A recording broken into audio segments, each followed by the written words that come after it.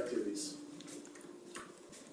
All they've been doing, like I said, I really appreciate Brady and all of his help, Stephen and everyone else that's been helping with this project. So other activities that our code enforcement has been involved with are our police picnics, our picnics with police. We have our last one tomorrow night at Hillcrest, so invite you all to come to that. We've done some back to school nights. We've been handing out these magnets, neighborhood information in our neighborhood schools that we work with. We've been doing these service projects like this. We're also going to be doing Day of Caring, 9/11 Day of Service, some other things, and then just other community services as needed. So what are the... Kenna, I was just going to say the police picnics have been very well received. A lot of neighbors out there, they really appreciate the chance to get to know the police officers and to see each other. I wanna make sure that Kenny gets the credit for that, because she's the one that invited the police to come to her picnics, so she's the one that set all that up and done them over the past couple of years, and so. She's done a great job. Thanks. A lot of people have been involved with that, but we appreciate that. So Karen McCandless gave me a book that she had gotten from somewhere, so former city councilwoman. It was called Compassion-Based Code Enforcement. And so we've been thinking that's kind of what we want to be. You know, we need to enforce, enforcement. We also want to be compassionate. So that's kind of what our team is working towards, is more of a compassion-based code enforcement where we want enforcement, but if we can help people, we will. And so that's kind of the goal of our NIT team. So does anyone have any other questions? I'm just going to say I'm glad to see this happening. The residents want to see the law enforced and see their streets in good condition, and it means a lot to them that we're actually taking action. So I don't know if we ever answered your question, but just before we moved things over to the city, Lieutenant Paraskiva said that he thought warning-based, after people received a warning, he thought it was about 70% that came into compliance. So just to answer that. 70% do become compliant? Yeah, with civilian-based, from what our research was when we were moving it from the police department here, they were getting at least 70% just on warning compliance. And then, yeah, this software company that does it nationwide for cities all over the country, they said that that's the number they're seeing too, is you get them a warning and 70% of the time they become compliant, and then you deal with the 30. So then the name of the game is how many warnings can you get out, because 70% of them are going to become compliant. Yes, Gary? Just because I've heard several people complain, these two houses right across the street, have we approached them, or, I know that's going to be a long-term issue, I think. Yeah, they're actually in the process again right now. It's a mental health issue. With those, Yeah. The dad's yard actually looks better now than the daughter's. So I don't know how that's possible, but it is. To Councilmember Peterson's point, Officer Andreasen and the police department can tell you they're long-term customers. Decade plus challenges, unfortunately. Mayor? Yeah. I just want to give Ken a tip of the hat. I think this is a real entertaining. The one that she showed up there, I saw, I don't know, there were more than 3 of you out there cleaning up. But it was a good team for 7-8 hours, and then it's ongoing. Right. And it's really helped. Didn't you have Yeah. there? So, and that situation By the time. has been going on 15 years, 20 years. Jeff? Thanks, So, Brad. in those situations, you have someone that's been living there, do they come back? Or do you talk with them and say, hey, you're gonna have to move on down the road, or what happens in those situations? Are there others that come back and try to, set up camp again? Yeah, we had another one just with that corner. These guys went and checked it out. A couple days later, found some bedding or something. So Went over by Quick Quack? Yeah, I noticed that, and then I went by the next day and it was gone again, so it's it seems like to be a... So when they're a problem, we'll just try to keep checking those areas after we clean them up and make sure that they're not. Hopefully they don't think we're Or the hotel bakery, I guess. So, and if I may too, Jeff, in a situation like that too, there's cross-coordination with the police department. So during regular business hours, Gary and Rory may be taking the time to visit, but then there are extra patrols assigned in the overnight hours. so that, for example, we can have personnel there too at the time where they're bedding down. We can say, hey, you're not supposed to be there, and that coordination is one of the values of having, for example, Brady and that association with this team in cooperation with the police department. Yeah, and another thing we're gonna try to do to discourage homeless camps is issue citations, and that'll be a criminal charge. And that'll be coordinated and everything, so if they don't appear, they'll have a warrant issue, things like that. So hopefully, that'll be a little more discouraging for people to set up camp, at least in Orem, so. I think one thing too that Orem and other, Orem, Provo, and other cities are unique in is most of our city is not in any kind of an HOA, right? It's older cities, they're not incorporated that way. Saratoga Springs, the majority of the city is in an HOA, and the HOA takes care of a lot of these problems for us. We become the HOA for 95% of the city. We get all the calls on all those issues, where other cities don't have to deal with it quite the same way. The other thing that we've talked about before is a lot of these problems are in single-family homes that have become rentals. There's exceptions to that. We don't deal too many with issues on apartment complexes. There's property managers, they're professionally landscaped. We're not dealing with issues there because if there's an issue, they call the property manager.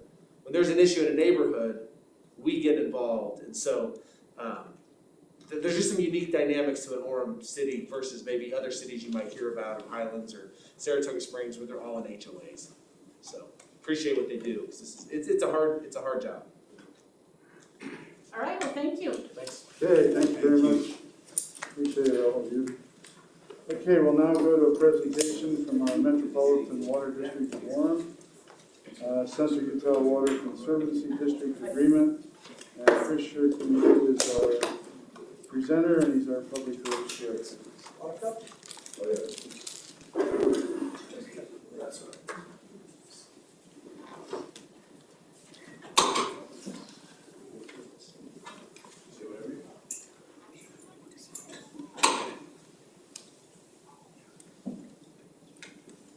All right, council, mayor and council, it's my pleasure to be with you tonight.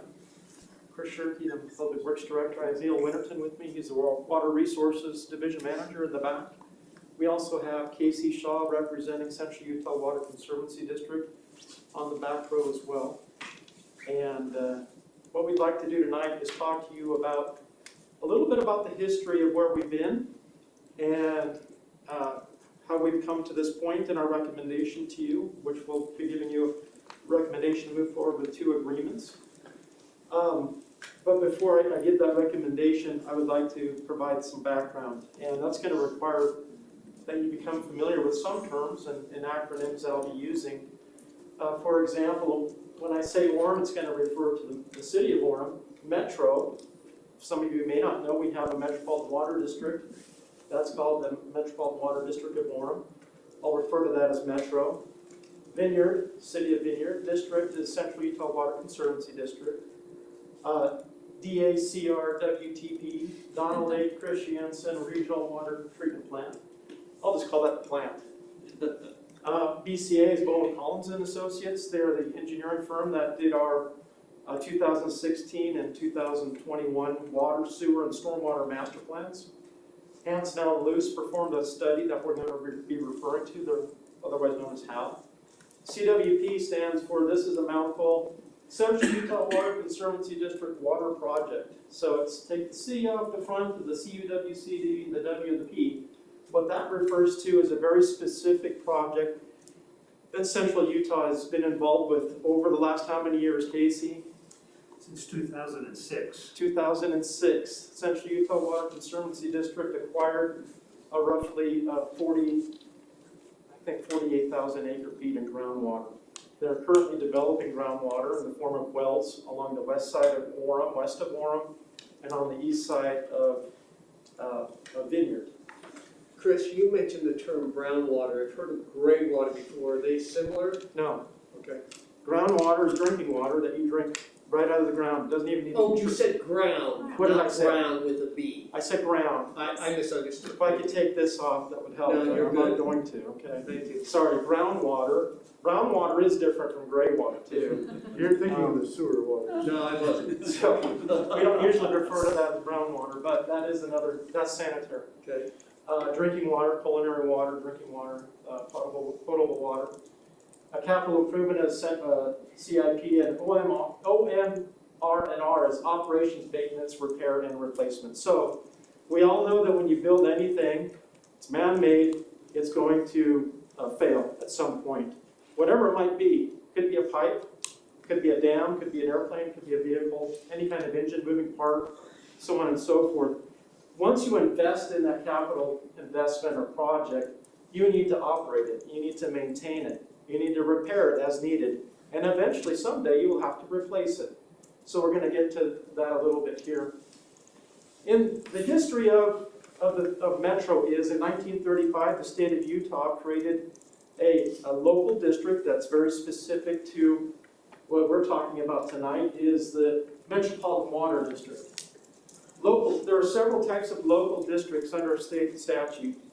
Some are cemetery maintenance district, drainage district, fire protection district, so on and so forth, public transit districts, water conservancy districts like Central Utah, service districts like TSSD, Timpanogos Special Service District that treats all of the sewage in the northern part of the county. What we're going to be talking about is the Metropolitan Water District. In 1935, the City Council, back in the day, decided to, now that that law was created and passed to allow for metropolitan water districts, they wanted to create a metropolitan water district, and it was called the Metropolitan Water District of Orem. That happened in 1935. Some of the advantage of creating a water district is the water district is charged with the responsibility to obtain water rights, water shares, all things water for irrigation and culinary or drinking water purposes in the service area in which the district was created to provide those services. In this case, we believe that the Metropolitan Water District was charged to provide water all the way to the east, to the Provo River approximately, to the boundary with Provo, to Utah Lake, and then from 2000 north to 2000 south. At that time, there was no such thing as vineyard. There might have been 10 people in that area farming. The Gammons or the Holdaways, probably. And then the municipal boundary for the city of Orem was much different than what it is today as well. So it's grown and it's expanded over time. So vineyard wasn't officially incorporated, to my research, until 1989. It was a town, it was an area, I should say, that was known as a separate area. It wasn't officially incorporated until that time. 1990 census, they had 151 people. In 2000, they had 150. In 2010, it was 139. 2020, it went up to 12,543. Orem cities in population just recently went up to 99,000, 98 and change. Where's Ryan? It's 98 change. 98 and change. Ryan's not here? Oh, there you are. And then I think back 10 years ago, it might have been just under 90,000 or so. So the growth in comparison is very similar. The growth rate in vineyard is much greater. So key milestones and dates. Orem was incorporated in 1919.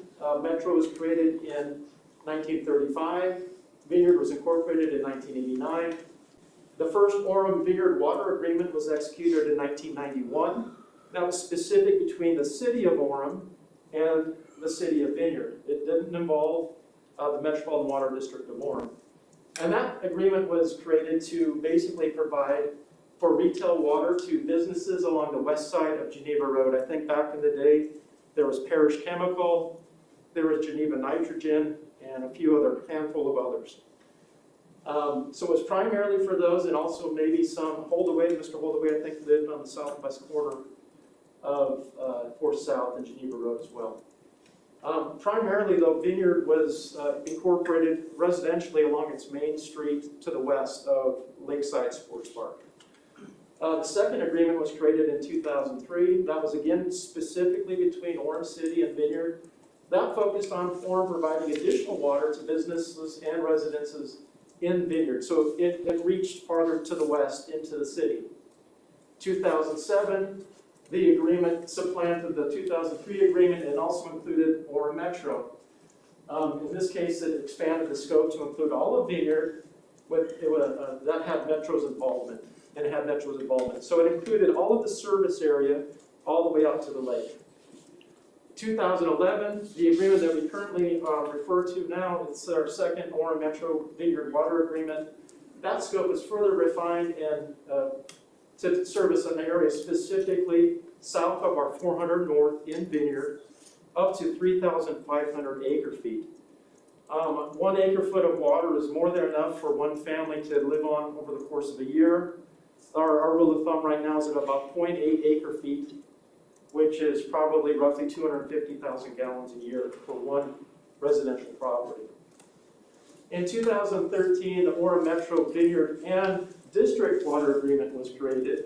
This is essentially an MOU, but also an agreement that basically we were holding Vineyard's feet to the fire in that they needed to create and build, design for a water storage facility. There's been a lot of discussion over the last 6-7 years regarding Orem providing water to Vineyard, and also Vineyard using some of Orem's water storage, for which we've allowed them to purchase 500,000 gallons of our 20 million gallon water tank. That agreement is in effect today, and I'm happy to report that Vineyard's making progress. They were supposed to have a tank ready to go on April 1st of 2021, I believe. It's not in place yet, but we have made substantial progress towards accomplishing that. When I say we, I'm saying the district, Orem Metro, Orem City, and Vineyard have collectively joined together in developing a plan that we feel strongly about and are recommending to you today. Chris, Yes, does Vineyard have a well to fill that tank, or are they getting the water from us to fill that tank? neither. They will get all of their water from Central Utah Water Conservancy District through its CWP system. Okay. Currently, today, we are providing water to them through our drinking water supply, which has a variety of sources, and this is a small percentage of what we actually have in our water portfolio. So we jointly met together with Hans Snell and Luce to perform this 2017 water storage evaluation and location study. That came back with some very enlightening results and details. In short, it suggested that Vineyard needed about 7 million gallons of storage, water tank facility storage. Over the past several years, we've talked about where to locate that jointly with them, and the decision has now been made that they will be building their own water tank, which is not in Orem, but I don't even believe it's in Vineyard. It's in Linden City, as far as I can tell. Is that right, Casey? That's correct. So it's just east of the Linden Boat Harbor, right adjacent to the boundary between Linden and Vineyard, but in Linden. If you drive around over there on the west side by the lake, you'll notice that there's a large amount of material, meaning soil and so forth, that's been neatly spread across this whole area, creating a surcharge load on that in anticipation of the water tank being built here shortly. They anticipate that tank to be designed and built by 2 years. Pardon? July of '23. July of '23, so the clock's ticking. As I mentioned earlier, 2016, we had our water master plan and identified several needs for our capital improvement projects for Orem, and also others that were very specific to Vineyard, including a major transmission line that would be very disruptive. It would travel almost 4 to 5 miles throughout the city, in our community, from the treatment plant, possibly down 4 East, down 4 South, or down Center Street to Vineyard. Vineyard would be responsible to pay for anything that it would design and be required to build to provide water for its citizens. We've since met over the last 5 years with Vineyard and with the district and with Metro to develop a new concept and plan which would allow Vineyard to take water directly from Central Utah Water Conservancy District through its CWP, or Central Water Project System. The 2021 master plan removed Orem providing water to Vineyard.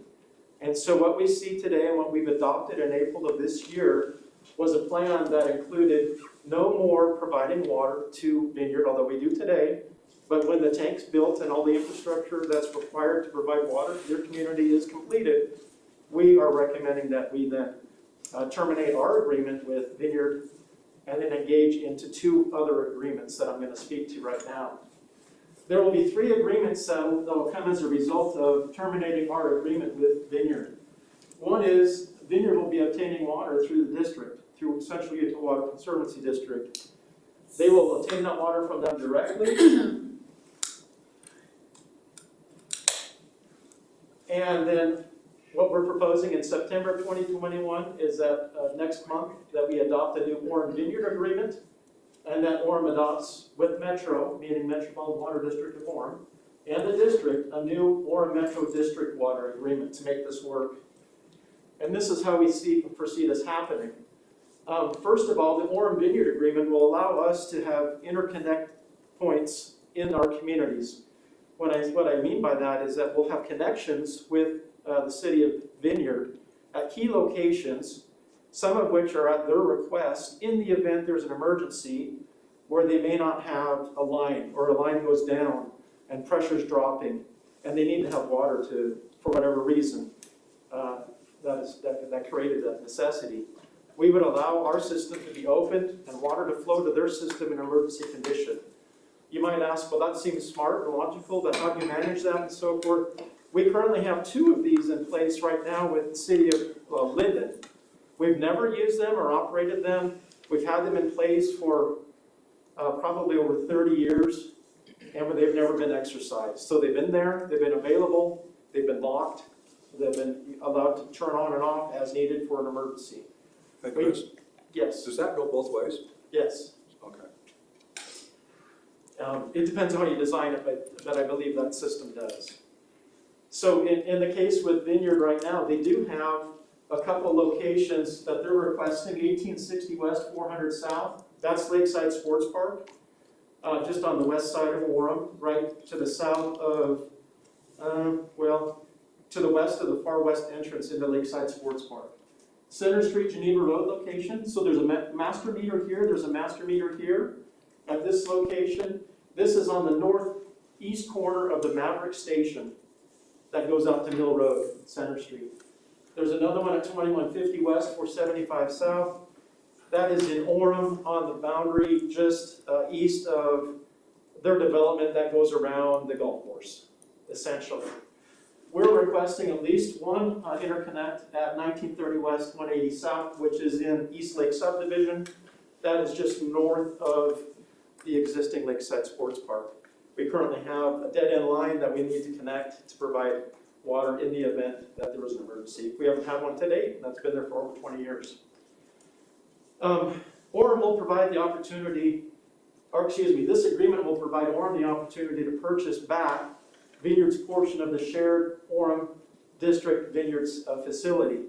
So the district currently owns 10 million gallons of the 20 million gallon storage tank. Orem owns 9.5, Vineyard owns 500,000 gallons of water.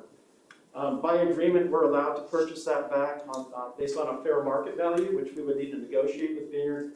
They're amenable to doing this, considering that they're building their new facility, not in Vineyard, but just adjacent to the community. The last portion of this agreement is much more detailed. This is going to be between Orem, Metro, and the district. And what this allows for is Metro to sell water to the district directly. Metro currently does that. We have a joint agreement with Metro and the city of Orem and the city of Vineyard. So we currently that's allowed for today, except we sell the water to Vineyard directly. This will switch, and we will sell it to the district directly.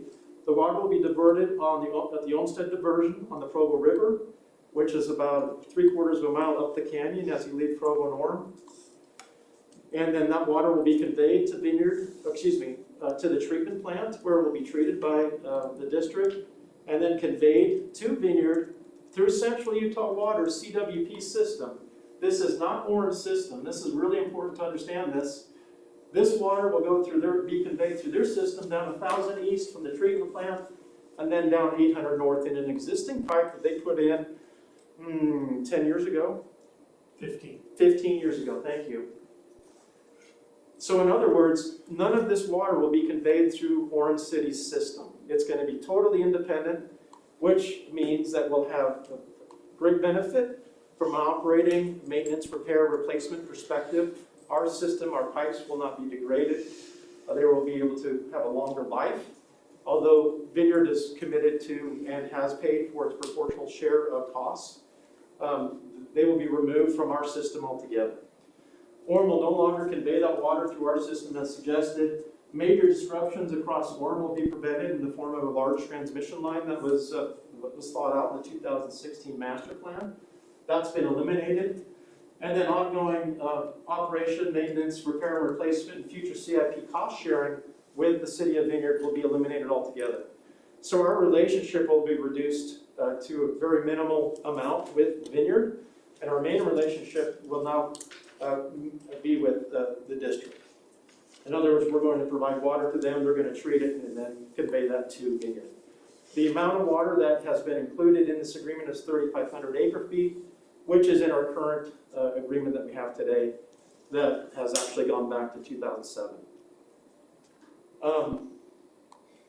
Vineyard will then pay Orem also as they have new people come online via the district for an impact or subscription cost to the system. So that's a lot of information. Appreciate the comments so far throughout. Are there any additional comments or questions regarding this? Please. So Chris, maybe too, just to provide a little background. Back in the early, 2010 to 2013, Vineyard needed us to provide to them water. They were desperate for resources. And then as the community evolved and grew, then they approached Central Utah and the district began also providing water. The conversation we initiated relative to this agreement started around 2 years ago, where Vineyard said, you know what, we think we would prefer that we only work with one provider, not Orem and the district. We would prefer that it just be one, and we would like it to be the district. From the city's perspective, we looked at that as a positive because it would allow us an opportunity to forego some of the improvements that Chris is talking about, and to also put to rest questions that come up time and again as to, is Orem subsidizing Vineyard's water? We have never subsidized Vineyard's water, but the allegations and the suggestions are because we have interconnectivity and because we have an agreement with them that somehow we are giving them water when in fact they have been faithful in meeting all their payment obligations to us. So really this meets our needs and the needs of the city of Vineyard in working directly with the district. It meets our needs in potentially minimizing some of the additional capital improvements we have in the future, that we identified in the future, which may or may not be necessary into the future. And finally, it puts to rest this question as to Orem subsidizing or assisting Vineyard with their water resources into the future as well. Thank you, James. So Chris, question on, on that ditch that runs along Carterville. So that's been sold, but not to can you give us a little background on that? Yeah, sure. That's called the West Smith Ditch. It's also been called the West Union Canal. That currently has a few water right holders or water shareholders on that. One of which is the city of Provo. They have acquired and purchased a portion of that water. That company is slowly becoming defunct. Central Utah Water purchased some of the shares in that, and will be using that to provide water for municipal and residential purposes in its portfolio. Orem City has had an interest in that in conveying stormwater. Oftentimes with the canal, we have stormwater that will flow into a canal, could become overburdened, or we might have a maintenance obligation for that. So that's the West Smith Ditch. It's essentially going to go out of service, I've been told, at the end of this calendar year for water season. So we don't have to maintain it. Well, there won't be any water in it after this year. The only water that might go in it, at least now until we get the water out of it, will be storm water that currently has inlets into that canal system. So we are required to maintain proportionately what we are obligated to maintain for that system. Because it has some pretty serious leaks. I don't know if we have to, if that's us or. It does, we do not own it. We do pay into their system to help operate and maintain it, to clean it, and to repair it as well. We do provide also in-kind services that for them in cleaning and doing some repair and maintenance on that facility as well. So I think we have a pretty good relationship and have over the last many years. But if you'd like to speak to it, more detail, I'd be happy to. If I may too, Councilmember Peterson, you've identified one of the concerns that we have as a city, that historically we have discharged stormwater into these canals and these ditches that have been, unfortunately, over time poorly maintained. And so we too are concerned about the liability that is shared prospectively long-term. And so we are looking for essentially the development of our stormwater resources that will, to the degree possible, not discharge into those canals and those ditches in the future, so that we can maintain and operate efficient and safe and essentially well-maintained storm drain facilities. Because the age of using agricultural ditches and relying on farmers to meet the stormwater needs of the city are gone. And so our focus, and you'll see us, in fact, even the bonding we did a few months ago has $2 million dedicated to improving storm drain infrastructure that will help get us out of using these ditches and these canals for storm drain purposes. Yes, please. Chris, we planned and are putting gray water on the golf course in southwest Orem. Yes. Is there a plan to put any other gray water on fields where we could do it? I mean, we can't plumb it to every house, I understand that, but the field down there near Vineyard would be a possibility? Or am I out of my league? Is that a possibility anywhere? It is possible. It's not currently designed or planned for to do it beyond these areas. Lakeside Sports Park, which is about 35 to 40 acres of grass. Springwater Park, which is a smaller community park area. The Orem Water Reclamation Facility, which is about 15 acres, but it has a large amount of water or landscaping. And then also Sleepy Ridge Golf Course. It's going to have a significant benefit to our drinking water system, because traditionally and historically, we've applied the culinary water that's been treated for drinking and thrown it out on grass. Yep. And that during peak demands, you wouldn't believe what we see in our modeling at Lakeside and at Sleepy Ridge, but our pressures drop dramatically at night during the summer because of that. And so this is going to help with the pressures in those areas, in addition to the new water tank and the new well that's being planned for and designed at 4 South and 4th West. But there are other opportunities to put gray water elsewhere in the city. Water reuse is a great idea. We have a permit to do up to 9,600 acre feet, which is about 20% of our overall water portfolio. It's also used for things like cooling in industrial operations. It would have been nice to have used that with Geneva Nitrogen, Geneva Steel, and so forth, or other operations that require water for cooling purposes. We have nothing else designated right now for that, but it's potentially scalable and expandable. Yeah, that's what I was gonna say, is we are designing it to be expandable in the future, and I don't know if the right word is marketing, but talking to other individuals and entities and seeing if there's a need and a possibility to partner up for that future asset. Thank you. So Chris, as I remember, seems like Sleepy Ridge uses about 1 million gallons of water a day in the summertime. Mm-hmm. And that right now is treated water coming from the plant up on the side of the hill. That's right. Conveyed all the way across the city, 4 miles, 4.5 miles. So we will save considerable amount of money by using gray water instead of treated water, and particularly treated water all the way across the city for our golf course. It'll have a net positive impact on our overall water distribution system. I believe that will translate to many dollars saved. Yeah. Please. What's the latest on our water tank? I know we've purchased the property, but what? Yeah, we had a good meeting today with the design team, which includes Bowen Collins and Associates as well as Epic Engineering. We had Jamie and Brendan there, our city engineer there, water resources team was there. And we made some significant headway. We have a public meeting planned for September 15th, 6:30. That'll be on the calendar coming up shortly. You'll see that. Prior to that, on September 7th, we will provide you an update. We had an intermediate update today that's going to be refined. We'll give you some cross sections and some site plans for you to look at.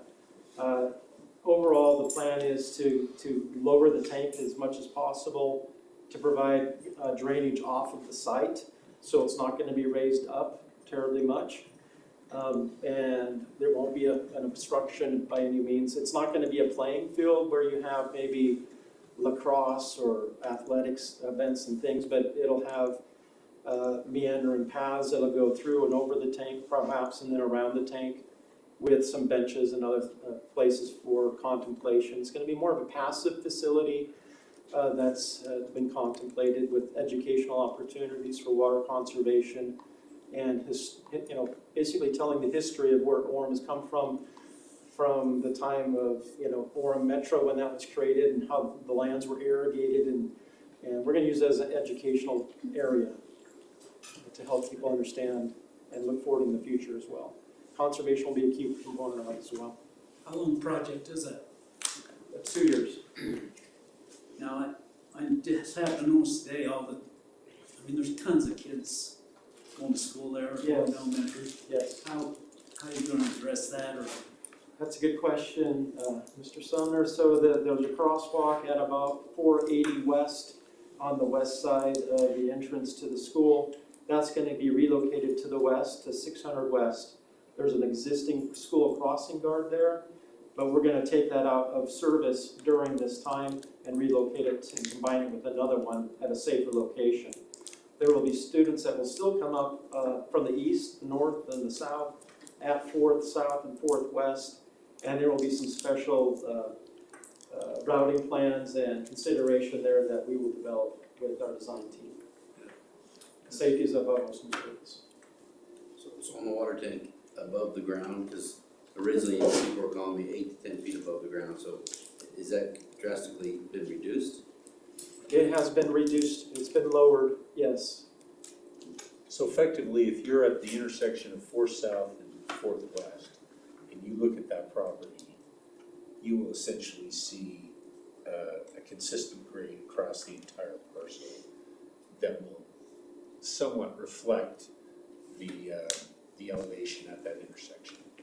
Now, understanding as you head a little farther to the west, the elevation drops a little bit, so you're going to have 4 or 5 feet of drop at the back end, the back corner. I guess it's the southwest corner, but it would be no higher than the fence line surrounding it. So if a neighbor were to poke over their 6-foot fence and look at the property next to them, what they would see is the tank. They would not see a structure in front. They'll see the surface. Yeah. Totally buried. So at our next council meeting, we'll bring before you the 2 agreements. And we'll be able to share that with you in advance so you have time to review that and ask any questions before the council meeting. If there's no other questions or... Because you said the 7th, but I'm assuming it's the 14th? That's our meeting. Our meeting is the 7th, Oh. internally as staff, and then the 14th is the next city council meeting. So before that council meeting, we will supply additional information regarding the water tank on the 7th. And then also we'll have more information regarding these 2 agreements for you to be able to review and comment on in advance of that meeting. And the 15th is the neighborhood. 15th is the neighborhood meeting at 6:30. We had talked about postponing that a week or so. Which one? The 15th, the public meeting. Okay. So that'll be the 22nd. Just to make sure we have enough time for review and advertisement. And council, it would be my intention to have Chris place the approval of the agreements on the consent calendar, if you're comfortable with that, instead of having them as a scheduled item. Sure. And just so you know, also, Casey Shaw and the district have represented this same information, conceptually to their board. I think it was maybe last week or 2 weeks ago, Casey. It was approved. It was approved in concept, so barring any substantial changes, we have their blessing to move forward with this as well. I personally feel, and Neil, I think I can speak for him as well, that we are at a place right now where we have never been. We've come down this path over the last many years. I've been here since '94, and the city's been working with Vineyard since '91 on a lot of these issues. And it's taken a lot of things to happen naturally and maybe organically, and then to get to this point. But we feel like everyone is having a win-win-win situation, I believe, with the district, the city of Orem and its citizens, and also the city of Vineyard. So basically, we've helped and assisted Vineyard to grow into what it is today, and now it's time for them to take on the remaining burden of their system on their own in conjunction with the district. So if there are no other questions, appreciate your support. Thank you very much. Okay, thank you, Chris.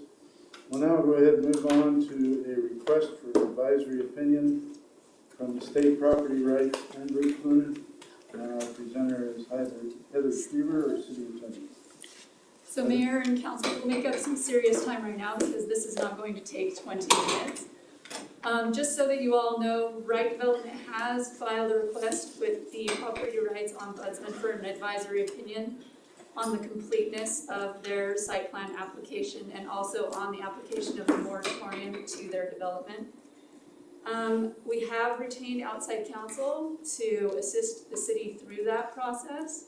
We've retained Rob Keller of Snow Christensen and Martinell. Steve is running point with Mr. Keller on that issue. I wish I could tell you and give you a solid time frame about how that process will advance, but it's somewhat fungible at this point. The only thing that we've had to do is, here comes Steve right now, agree to use a staff attorney in the office of the ombudsman as opposed to using an independent third party. So Steve, I've just introduced the topic. If anyone has any questions, just told them the only deadline we've had to meet so far is agreeing to a staff attorney issuing the advisory opinion. So, is there a timeline from the ombudsman? Like, do we have a certain time we have to respond to them? So they'll probably set a timeline once they have a staff member assigned to issue the opinion. They'll do that. There's some preliminary matters that we're kind of going through to get resolved first. Maybe Heather already mentioned that there was a question as to whether we would agree to have an ombudsman staff attorney issue the opinion or hire some outside person to do that. Did you mention that, Heather? oh yeah, and I told them that we had agreed to have the staff attorney do that. So, and there's also a couple of jurisdictional issues potentially as well that we need to get resolved before we actually get into the merits of their request. So. And is the outside counsel, is that someone that specializes in land use, or what, how do we pick them, I guess is my question. Yes, Mr. Keller has a very strong background in land use. We have used him on other cases in the city. We have an established, developed relationship, and he comes highly recommended from other municipalities as well. So you may remember that we've traditionally used Jody Burnett on our land use, and he's been working with Jody Burnett on those cases for 15 years, I don't know, maybe longer than that even, so. Jody retired, and so Right. it was necessary for us to find additional counsel. And maybe if I may, just for point of clarification, the primary focus of this advisory opinion request as filed by Right Development is to essentially review the adjacency issue that was Yeah. the topic of conversation in the last city council meeting. Yeah, their primary request was to determine whether their development application for the project was vested before the moratorium was enacted. And that, as we've kind of talked about, really kind of hinges on whether they were required to have a neighborhood meeting. Right Development is obviously arguing that they're not. You heard that at the last meeting a little bit. So that's kind of the argument they're making to the ombudsman as well. And, yeah. I never heard, did they go ahead with their meeting they had scheduled? Their neighborhood meeting, they did, yeah. Jamie, have you heard from any legislators over this? I did talk to one, and he expressed concern that, you know, obviously what's happening in Orem, but he didn't say more than that. It was more of a, obviously this conversation of housing affordability, density is going to be at the forefront of this next legislative session. Obviously as the legislature looks at this matter, they're looking at examples of communities that are trying to strategically find ways to accommodate growth and affordability, and they're also gonna pay attention to those who are not. So I think this unfortunately puts a little bit of a target on our back. Jamie, I got a question. I think that it would be very important to have our legislature come and meet with us and talk about this, because, you know, for what I'm hearing, we're not on the same page, and they're up for re-election too. Yeah. So, you know, I think we need all of them in the room, and so we can talk Yeah, about it. this is a, To me, I think it's garbage that, you know, they need to see where we're coming from, and we can see where they're coming from, but we need to talk face to face, because if not, it's just hearsay. well, there's a commission on housing affordability that was put together by the legislature. They hold regular meetings. They have representatives of both the Senate and the House, as well as local representation from municipalities, housing authority, and obviously nonprofits who are focused in, and they are tackling this this very issue of housing, and housing developers are part of this effort too. And so, like I said, this is not an Orem specific issue. This is Understood, but I think very for focused local on. legislatures, that we need to meet with them, like we did, you know, in the past, but I think we all need to have them in here and we can talk. But how, I would represent to you that House leadership is very focused on this issue. And obviously, our legislators respond to leadership and the will and the agenda of leadership. And so I anticipate that housing in this discussion will be very much a part of the 2022 general session. I mean, can we do a work session with them? I'm more than happy to reach I out don't to know if them. anybody else is doing, but I would. Sure. Sure, for sure. Because I think it was very helpful when you talked to, And there's other issues too we could talk to them about, so. Well, if you did that, you'd want to have leadership, but you'd also want to have local legislators involved. Yeah, I mean, obviously, our legislative delegation is the group that I would primarily focus on. that's what I mean. Because they're not all on that side you're hearing, Jamie, because a state senator talked to me and is very supportive of what just happened. So thinks it's a great thing. Well, I think too, I mean, you talk about a percentage, I mean, right now, Orem's at 42% of what I hear apartments and housing, single-family dwellings. And, you know, is there a percentage, right? Because you go to Alpine and they got nothing, right? So in reality, who's sharing the burden? Is it all of Orem because everyone wants to live in Orem? Or is it Alpine? So- They don't want it. So here's the dilemma with any discussion up at the legislature.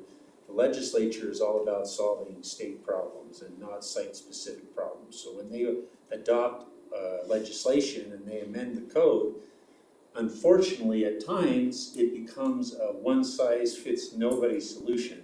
And we saw that with accessory apartments, where for as supportive as they were, there was almost a unanimous approval of amending the accessory dwelling unit or code in the state. So, you know, they clearly have constituents that they respond and report to, but they are not looking at issues from the granular perspective you are. They're looking at it from the perspective of the entire state, and they are hearing from not just communities, but they're hearing from developers and others who are saying there is a imbalance in housing here in the state of Utah, we've got to fix it. So, you know, I think Orem's voice is part of the overall conversation, but it is definitely not driving the conversation. And if there are examples of good or bad, as related to housing, legislators, regardless of where they're from, will pull those into the conversation and the dialogue. And I think unfortunately, when we start adopting ordinances throughout the state that deal with exclusionary type zoning or moratoriums or not permitting, for example, accessory dwelling units or whatever the circumstance may be, those ordinances, those local laws get the attention of the legislature, and then the legislature says, we've got to jump in, we've got to address these problems, we're going to address these problems at a statewide level, and we're going to do it in a way where we are going to pull local control and the opportunity for local councils such as yourself to make decisions regarding housing. And I will be upfront in saying that, and maybe I'm being too forward because this is not a universally held opinion, but at the legislature right now, there is not a lot of warm feelings for municipalities. So the voice of cities is at a little bit of a disadvantage right now, in my opinion. So I guess what I'm trying to say is what we are doing as a city makes a difference, and people will pay attention to what we're doing, whether it be for good or for bad. Either it's going to be held up as an example of what other cities should be doing, or it's going to be used as a hammer and noted as something that other cities should not be doing. I was listening to the last meeting of the Commission on Housing Affordability earlier today. There was probably one of the largest developers in the state that was using city-specific examples of this is what they're doing, this is why it's wrong, and the voice from the commission as a whole in general was saying, thank you for bringing this to our attention, this is a problem, we need to fix this. Were we mentioned? No, we were not. And the developer did not mention the city by name. He did actually bring forward the documentation, but he blocked out or blacked out the city's logo so you couldn't see who it specifically was. But again, we are all being painted with the same brush. Was that Chris? Yes. So I just think if we have that meeting with our local legislatures, then I think that's a starting point, and then, I'm not sure what the Utah Lake cities, towns, what their view is, but. Well, they came and shared their view with you Right. several weeks ago, and they're very concerned too. Yeah, so I mean, in this moratorium, it's a pause, as we mentioned before, to step back and look and see exactly what the state's your master plan, exactly each district. So I don't think we have a red flag or a bullseye on our back, because we can't pause and the state No, legislatures are gonna. and respectfully, I will, while internally, the understanding and the agreement is that this is a pause, I think there are others who will paint it in a much different light. So that's what you're trying to get ahead of? Absolutely. So the question is, as a city council, do we act on fear or do we act on what we think is in the best interest of the city? Well, we're moving forward, I agree, we're moving the best of the citizens. Well, I think David's suggestion of bringing at least some of the state legislators who ought to have the same concerns we do, because their voters are our voters and their citizens are our citizens, let's bring them in Absolutely. and see I if think they. it's good, good It'll dialogue. be interesting if they voice life differently here than they do when they get to the Capitol. Right. That's the, So part of our There lies the legislators Yeah, are actually in leadership at the Capitol. right. So Val Peterson is Yeah. in leadership. And so he works and follows and talks with the leadership up there.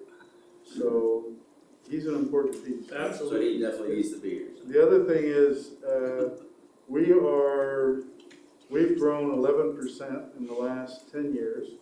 We're growing at 1% per year. So that means our population is growing at 1,000 people per year. And we have one of the higher rates of growth in the state. We have a low rate of growth. No, actually, overall, it's one of the higher rates of growth. Harriman's like 53% over 10 years, not 1 year. We're 11% over 10 years, but we're actually averaging 1% per year, and that's actually averaging 1,000 new people in our community every year. But compared to Lehigh, Eagle Mountain, Saratoga Springs, we're one of the lowest in the Utah County. Compared to those, but overall, we're actually up to it. Well, our percentage is lower, but our numbers might be, I mean, our numbers were about the same as Vineyard, someone pointed out. People wanna move Yeah. in. 1,000 a year is because we're at 90,000, Yeah, so. yeah, so- and Vineyard grows at 1,000 a year, and they were at a couple hundred, Yeah. right? That's a big number. Correct. Percentage is different. So if we could do that, that'd be great. Jamie, with the League of Cities coming up, would it do any good? Is there anything we can do up there to plead our case, or? So the league is very involved and engaged in this conversation. They participate actively in this Commission on Housing Affordability. In fact, there was a meeting that was scheduled and held today. They're meeting quite frequently. The chair is Senator Andrig out of Lehigh, and the House side of the committee. One thing I might mention on Senator Andre, he is not enthused with city councils. He does not like city councils. He feels basically they're made up of a woman who had one issue that she wanted to get solved, so she got elected, and after that, they're just a waste of time. So I actually challenged and fought with him in a meeting up at the state capitol while he degraded city councils. I fought otherwise. And where is he from, what city? Lehigh. I think He's though, partially down here too. I think though the broader issue is the state, the legislature, the governor wants to have a conversation about how to grow this state in a way that allows everybody the opportunity to shoulder some of that responsibility. Agreed. And they are having conversations about impact fees, they're having conversations about zoning and local control, they're having Sales tax. conversations about sales tax allocations, they're having conversations as well about the cost of materials and the deficiencies that exist in the labor industry. I mean, you can see the contractor world, we're kind of hitting, or have hit kind of a perfect storm of challenge here where we have all this need, but the cost of materials is super high. There's no labor to build what we need built.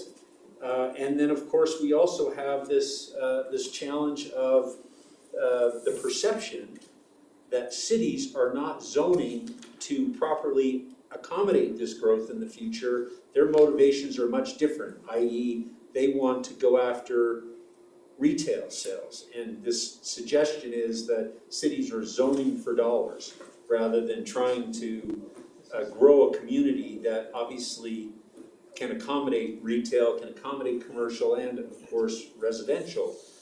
At the same time too, I'll represent to you that as a state, we are transitioning from a rural, suburban type economy to more of an urban-based economy.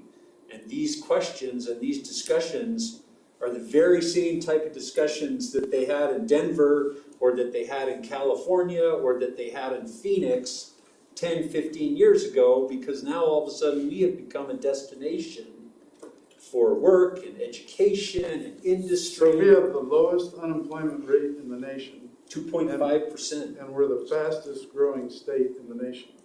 So all that growth puts tremendous pressure on us as a state and on the legislature to figure out how can people find a place to live and where are they gonna live? So I guess in response to your question, Councilmember Sumner, the league is all over this. But the league feels like they are at a significant, I would say, disadvantage because they don't feel like their message is resonating with those So that are they're not making decisions. Respected? Is that harsh? Well, they don't hold the cards. I think the voice of other interests are just as, or maybe louder than municipalities. And frankly, they obviously serve a lot of publics, and the development community is a big part of the Utah State Legislature. And how many of our leadership are developers? And that's the problem. And I know this is a public meeting here, and I wanna be direct and frank, but at the same time, you kinda gotta know what players are on the field and how you're going to appropriately respond and play defense or play offense against what is happening. And you're absolutely right, there are, you do a search of legislators up at the Utah State Capitol, and many of them have ties to real estate, development, property management, and that type of industry. So they are, I'm not saying anything inappropriate is going on, I'm saying they're hyper-focused on this because that's their professional industry. That's what they know and do in the day-to-day. And from a public service standpoint, not many of them have municipal backgrounds. To be honest, we've had a lot more in years past than we do now, so. And I think the key thing is with our local legislators is we need to make sure that it's the percentage, in my mind, that has to be pushed forward to say, you know what, we're not against high density housing, but we need to make sure that the percentage is fair to every city instead of Provo, Orem, because I guarantee you Alpine, they're gonna have a cap, absolute cap, because there's nothing there. But again, that's what the legislature is about, is solving statewide problems. And they're gonna do it with the application of statewide solutions that may or may not benefit Orem. Which we have to push the percentage is what I'm saying. One size fits all, that's how they do it. So I know we got off track. I was gonna say, for the record, we were way less than 20 minutes. Thanks, Dave, Okay, for your comment. thank you, appreciate it. Let's go ahead and move on then to State Street Districts, and Jason Bench is our presenter.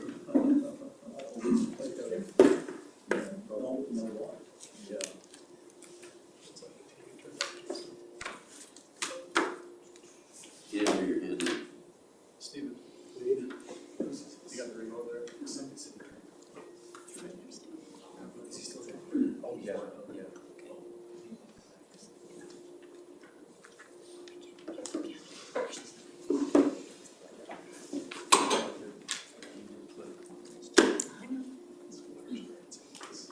Hey Jamie, when the legislative body meets, the housing, whatever, are we able to go to that? To the legislature? To their meeting, when the housing? Yeah. Oh, yeah, it's a public meeting. In fact, I'll send you the Yeah, link. cause I'll go to, I'll send you the link so you can, or watching this. listen to or tune in via Zoom to watch the meeting. Okay, thank you. Is it a remote meeting, fully remote, just Zoom? It's mixed. Yeah, it's a half and half. I can go. Okay, you ready? Yep. Save the best for last. Okay, thanks, Jason. So, let's put this in two different parts. One is the items that went to the planning commission last week. We discussed some of those things that the council is already aware of what's coming forward. I want to review what we did propose. Just a little recap of what happened to the planning commission over the height issue. It was a 42 for a negative recommendation, but I think there was some discussion on maybe some of the districts have a little different feel than other districts, and I think there's some not necessarily negotiation, but some discussion on maybe some differential heights in some of the districts. The hub district, for example, the city center district, maybe those two have a difference in the height overall, which is why. Did they think it was higher was better in those? Was that their concern? Yes. And Mr. Peterson, you were there, and you can give your opinion as well. Yeah. So it was very interesting, Jason. They voted, all of them voted, well, not all of them, 4 of them, there was only six there, but 4 of them voted against everything. So we're against everything. And Steve did a great job, I thought, of saying you can't just be against something, you've got to come up with an alternative or some kind of a choice, right, Steve? I mean, it's like, Steve said, you're against everything, you're against height, you're against setbacks, you're against parking. And so a lot of the meeting was Jason and Steve trying to say, you can't, but it's kind of like what Jamie's saying, you've got a heavy situation with a developer, a realtor, you know, you had some people with their interests saying, we don't want any height restrictions, we don't want any, anyway. So it became a long meeting of Steve saying, you can't just say we're against everything that the city council sent to you. Anyway, is that fair, Jason? Well, maybe to clarify, I think I said you could be against everything, but you just need to make a motion to do that. No, you're right. And they couldn't get, you know, a majority basically, and so we tried to break it down into separate issues and see if we could get a majority, positive, negative on each one. And ultimately, we did that, so. No, Steve's right. I mean, he did say, you can do this, but normally you would come up with, Right. something, or. If you can't get a motion to recommend approve, then try a motion to deny, or recommend denial. Instead of denying, we just denied everything the city council sent to us, that's it, you know. The initial motion was, it didn't pass, right, and that's where they kind of got off track, but we ended up back on track and we got hopefully some recommendations. And my question is, I haven't listened to the meeting, did they offer, like, certain heights? Like, we kind of set down the 60, right? We sent them the 60, and they were saying that was okay for some of them, and maybe the other ones to be higher. I think the point What did they behind say? the height was more that probably look at, maybe, the council would want to do that, but look at each individual district and determine on a case-by-case or individual district, rather than a blanket, hey, we're just gonna do 60 feet. Because I think there are some justifications for a hub district where you've got across the malls building an 80-foot tall parking structure with an office building.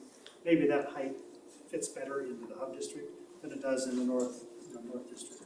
So that's kind of their discussion. I think why they recommended denial is that they wanted a little bit more discussion on what was going on. The setback issue, the 75, 35, it's a 5-to-1 for that. They felt comfortable with that because if you look at each individual district, there are certain sections that actually abut a residential, but it's not the entire district. So they were positive in the fact that they felt that was appropriate. So they split it out into 3. Obviously, the other one was parking. They felt that there was still some ability to look at the parking, and I'll show you a slide coming up on how we maybe can look at that a little differently. But felt that just a flat-out change of the parking was not the answer. That maybe that we look at it as a case-by-case or district-by-district thing as well. So that's kind of that. I'm just going to go through quickly and show you what was presented before them. So, Jason, so it was on that last one, it was a negative 4.2? It was a 42 negative. They thought it was too high, right? That's what, 2.25 was too high. Well, the 4 of them felt the existing ratios in the 4 districts was appropriate. But yes. Which is 1.75, what is the current? 1.75 and then the 3 per thousand. Okay. Jason? There was also the point that they wanted to split the residential and the commercial, and not vote on them together. Some were supportive of a residential increase, but not the commercial. Right. So there's that element too, that they were. Right, we'll get into that as we get into the ratios and different things that the council can look at, and maybe some districts would be different than the others. I don't know that we need to have a set standard for all the districts. I think we can look at parking ratios in different districts. With mass transit on the Parkway, it's a different situation than it is in the North Village. There's just differences in those districts, and so that's kind of the direction they want. I think the bottom line, from what I took away from the Planning Commission, is that they just want a little more discussion on what's going on.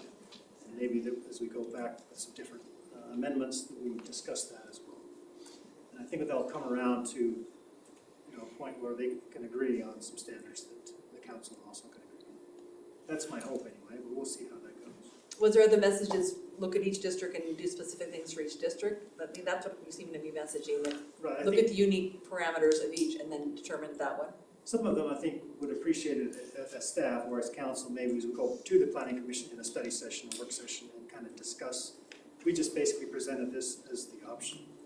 I think they would appreciate maybe to go case by case, or not case by case, district by district, and maybe to have their discussion so they can have their input, and then we can bring that back to the council. But isn't the application was sent to the planning commission, now it comes to us, and then we take over from here, correct? Correct, but we can still have an overall discussion. There's some other things we want to look at to possibly amend, so that could still be in part of the mix. So we could have a joint work session with them at some point soon, if we chose, right? If we chose to, we could, absolutely. Or we could invite them, this meeting, or however you want that. So, as discussed by the council's recommendation, we did take forward a 60-foot height, and this is in all the districts. So they have all the different slides, but all these slides represent the same. It's a 60-foot option with a 35 if there's, in some districts, there is a residential B, which is what's adjacent to residential. Typically, there's a Res A in some districts and a Res B. The Res B is typically next to, like first north here is the Res B next to the residential. That's a 35-foot cap. So that was purposely designed to fit next to a residential. Res A, which is over by the post office, for example, which already has some high-density housing. That's where that would go, and that's a different standard. But that would be 60 feet, the Res B would be 35 feet, with the caveat that if it's non-habitable, that there is the ability to go an additional 10 feet for like penthouse or those types of things that enclose air conditioners, things like that. So it's non-habitable spaces, cupolas, domes, belfries, things like that. And that's standard in all the different districts. And on the North Village, that's basically what we did with the 48 feet, right? In the four. Right. And then the setback, the planning commission was positive on that, the 75, 35, when is it specifically adjacent to a residential zone. So if there's a street separating it, that's not adjacent, at least according to this definition. But if it's abutting property to property, that would when this would be coming to. And then the standard was to take it from 3 to the 4 parking per thousand, and then take the 1.75 into 2 as a starting point, and obviously the council can have a discussion on how that moves forward. So the hub district, so I'm just going to go through these very quickly. They're the same language in each of the zones. I think we're 2.25 on the North Village. Yes, that is correct. So these are all the same, so I'm not going to, the North Village, take that, that's one thing that we didn't change in the North Village, but this is proposed to take that one to 4 per thousand rather than 3. Correct. Actually, that's this one here.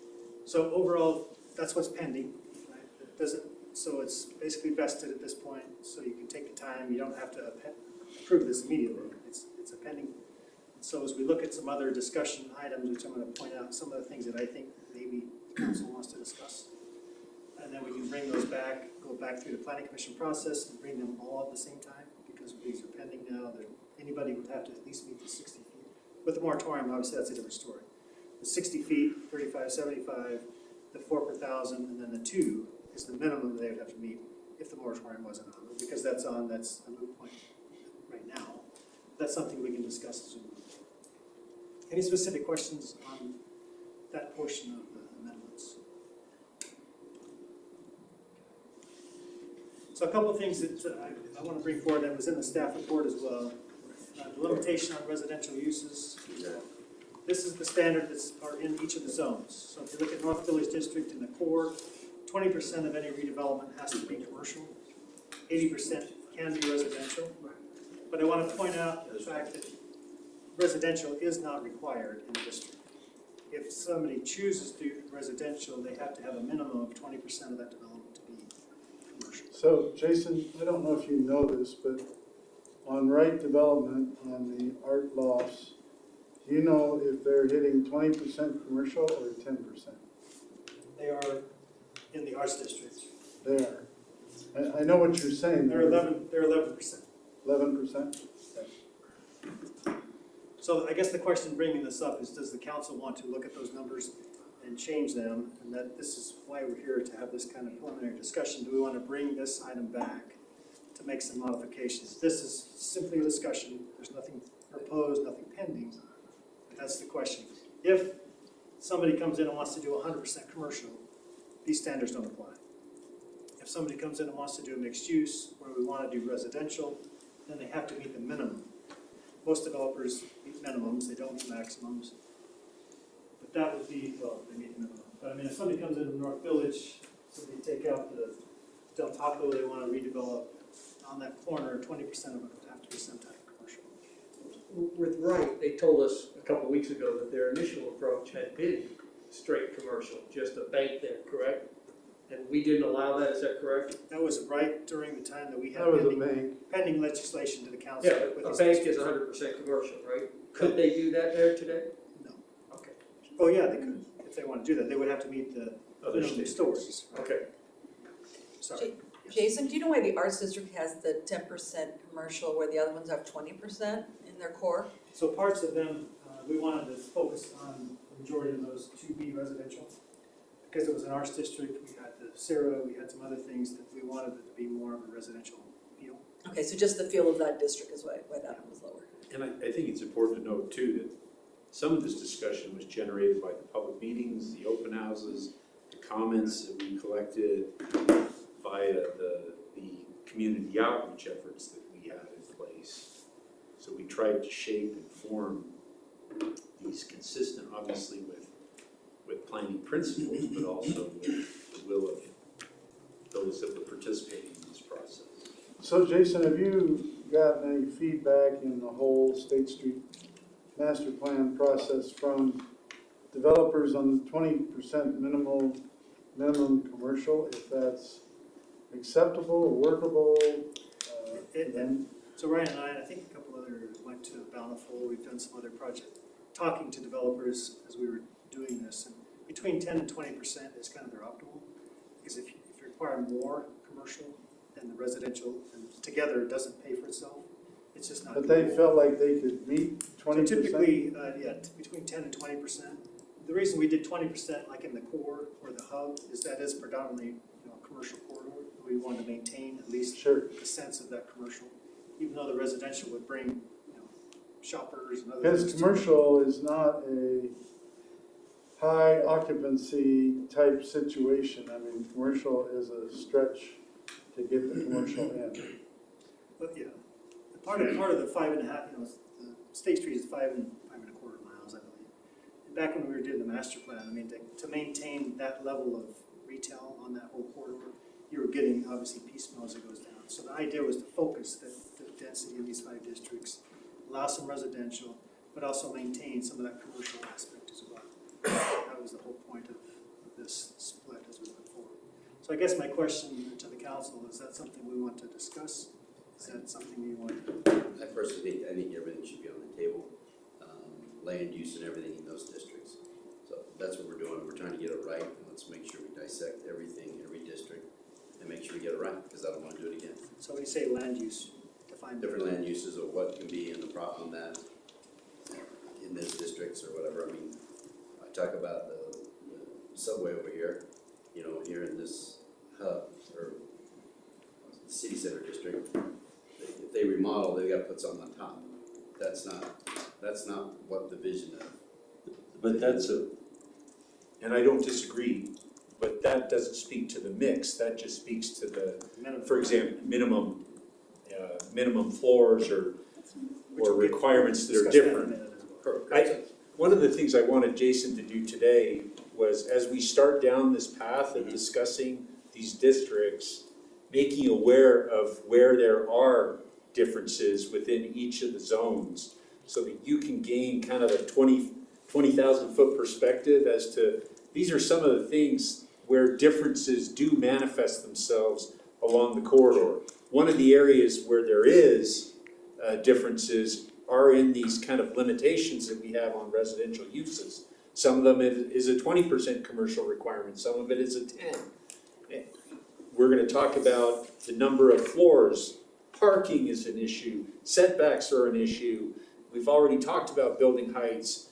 So, this was intended to be kind of an opportunity of an introduction to say, these are some of the things that you probably should consider when you say, Councilmember Spencer, I want to look at each of the zones.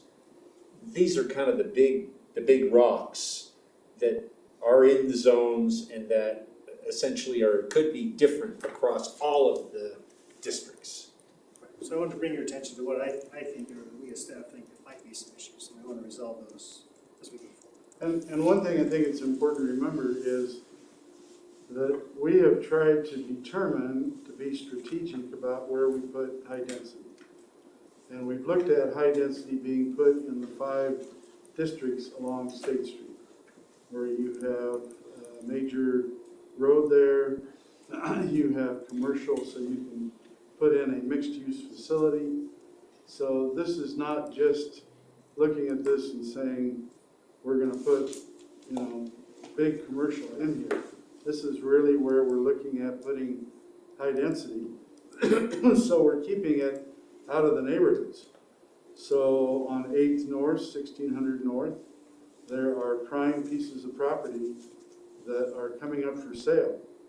And people are looking at those to put high density. So I know a piece of property in southeast Orem that the owner is looking to put and make that high density in a residential zone. Those are the kinds of things we've tried to keep out, and we've been successful. I can think of 5 different areas in residential that developers want to put high density, and because of the laws that we've passed and the direction that we've taken, they have not been allowed to, and they've gone into residential lots, which is what the neighbors wanted. But we are coming up with some major pieces of property that if we're not strategic and working with State Street to put high density will go to neighborhoods, and the whole thing will change. I think the main takeaway from this, and the reason why we stuck it in the, put it in the districts, was the fact that we didn't want standalone high-density housing by itself on State Street. If you were going to have a mixed use that fronted State Street, it had to have a mix of uses, which is why we had the minimum. Now you can, if you jump through a bunch of hoops, do behind an existing building 100% residential, but that's behind, and so what you would see on State Street is a mixed-use development. That's the reason behind this. So we didn't get, a 5-story residential that was just residential on State Street. That's why we put these in. Now, obviously, we can adjust them, but that was the reasoning behind having the minimums, so that a developer comes in, he wants high-density housing, great, but you also have to incorporate mix of uses as well. Almost. So Jason, I like the idea that, kind of what Dave's saying, that we do it district by district, because each district's unique in their challenges, and we invite people from that district to come so we hear their input. It's kind of like what we're concerned about with the state legislature. I don't want to be making a decision for the hub district or the Canyon Crossing district or some other district without me hearing from the folks that live there. I don't want to be sitting in this room saying, well, let's do this master plan for everybody, and find out we just ran into a 1600 North situation on 4th West. So I'm really supportive that we break it down and start the process. So neighborhood meeting for each, or some type of discussion? I would like to hear from people in each, just so I make sure. It's kind of like Dave's saying, let's don't do this again. I'd like to hear from each. So I'm just trying to clarify. So if we were to schedule neighborhood meetings for each district, that's kind of what I'm understanding. You want to talk about maybe these issues in that meeting, have neighbors come and discuss. So I think we need to have meetings first amongst the council to decide what we're doing, but then, as Terry and Dave said, invite those that this will affect in later. But I don't want to determine what we're going to do to them and then have them fight. I'd like to hear their concerns, and then we'll determine what we're going to do after we hear their input. Because I don't know. I don't know how that impacts. Oh, sorry. So I guess I think citizen input is critical to this whole discussion. I think it was equally as critical when we started down this path 5 years ago, and we engaged the community. So, it's a much broader discussion than just a community meeting. It includes a lot of other communication tools and outreach efforts, because with a community meeting, you're going to probably face the same criticism we're facing now, and that is, well, how come we didn't know about this? How come such a small group was engaged in this? You go, one community meeting, I should have had more of an opportunity to respond. What if I couldn't attend that meeting on Tuesday?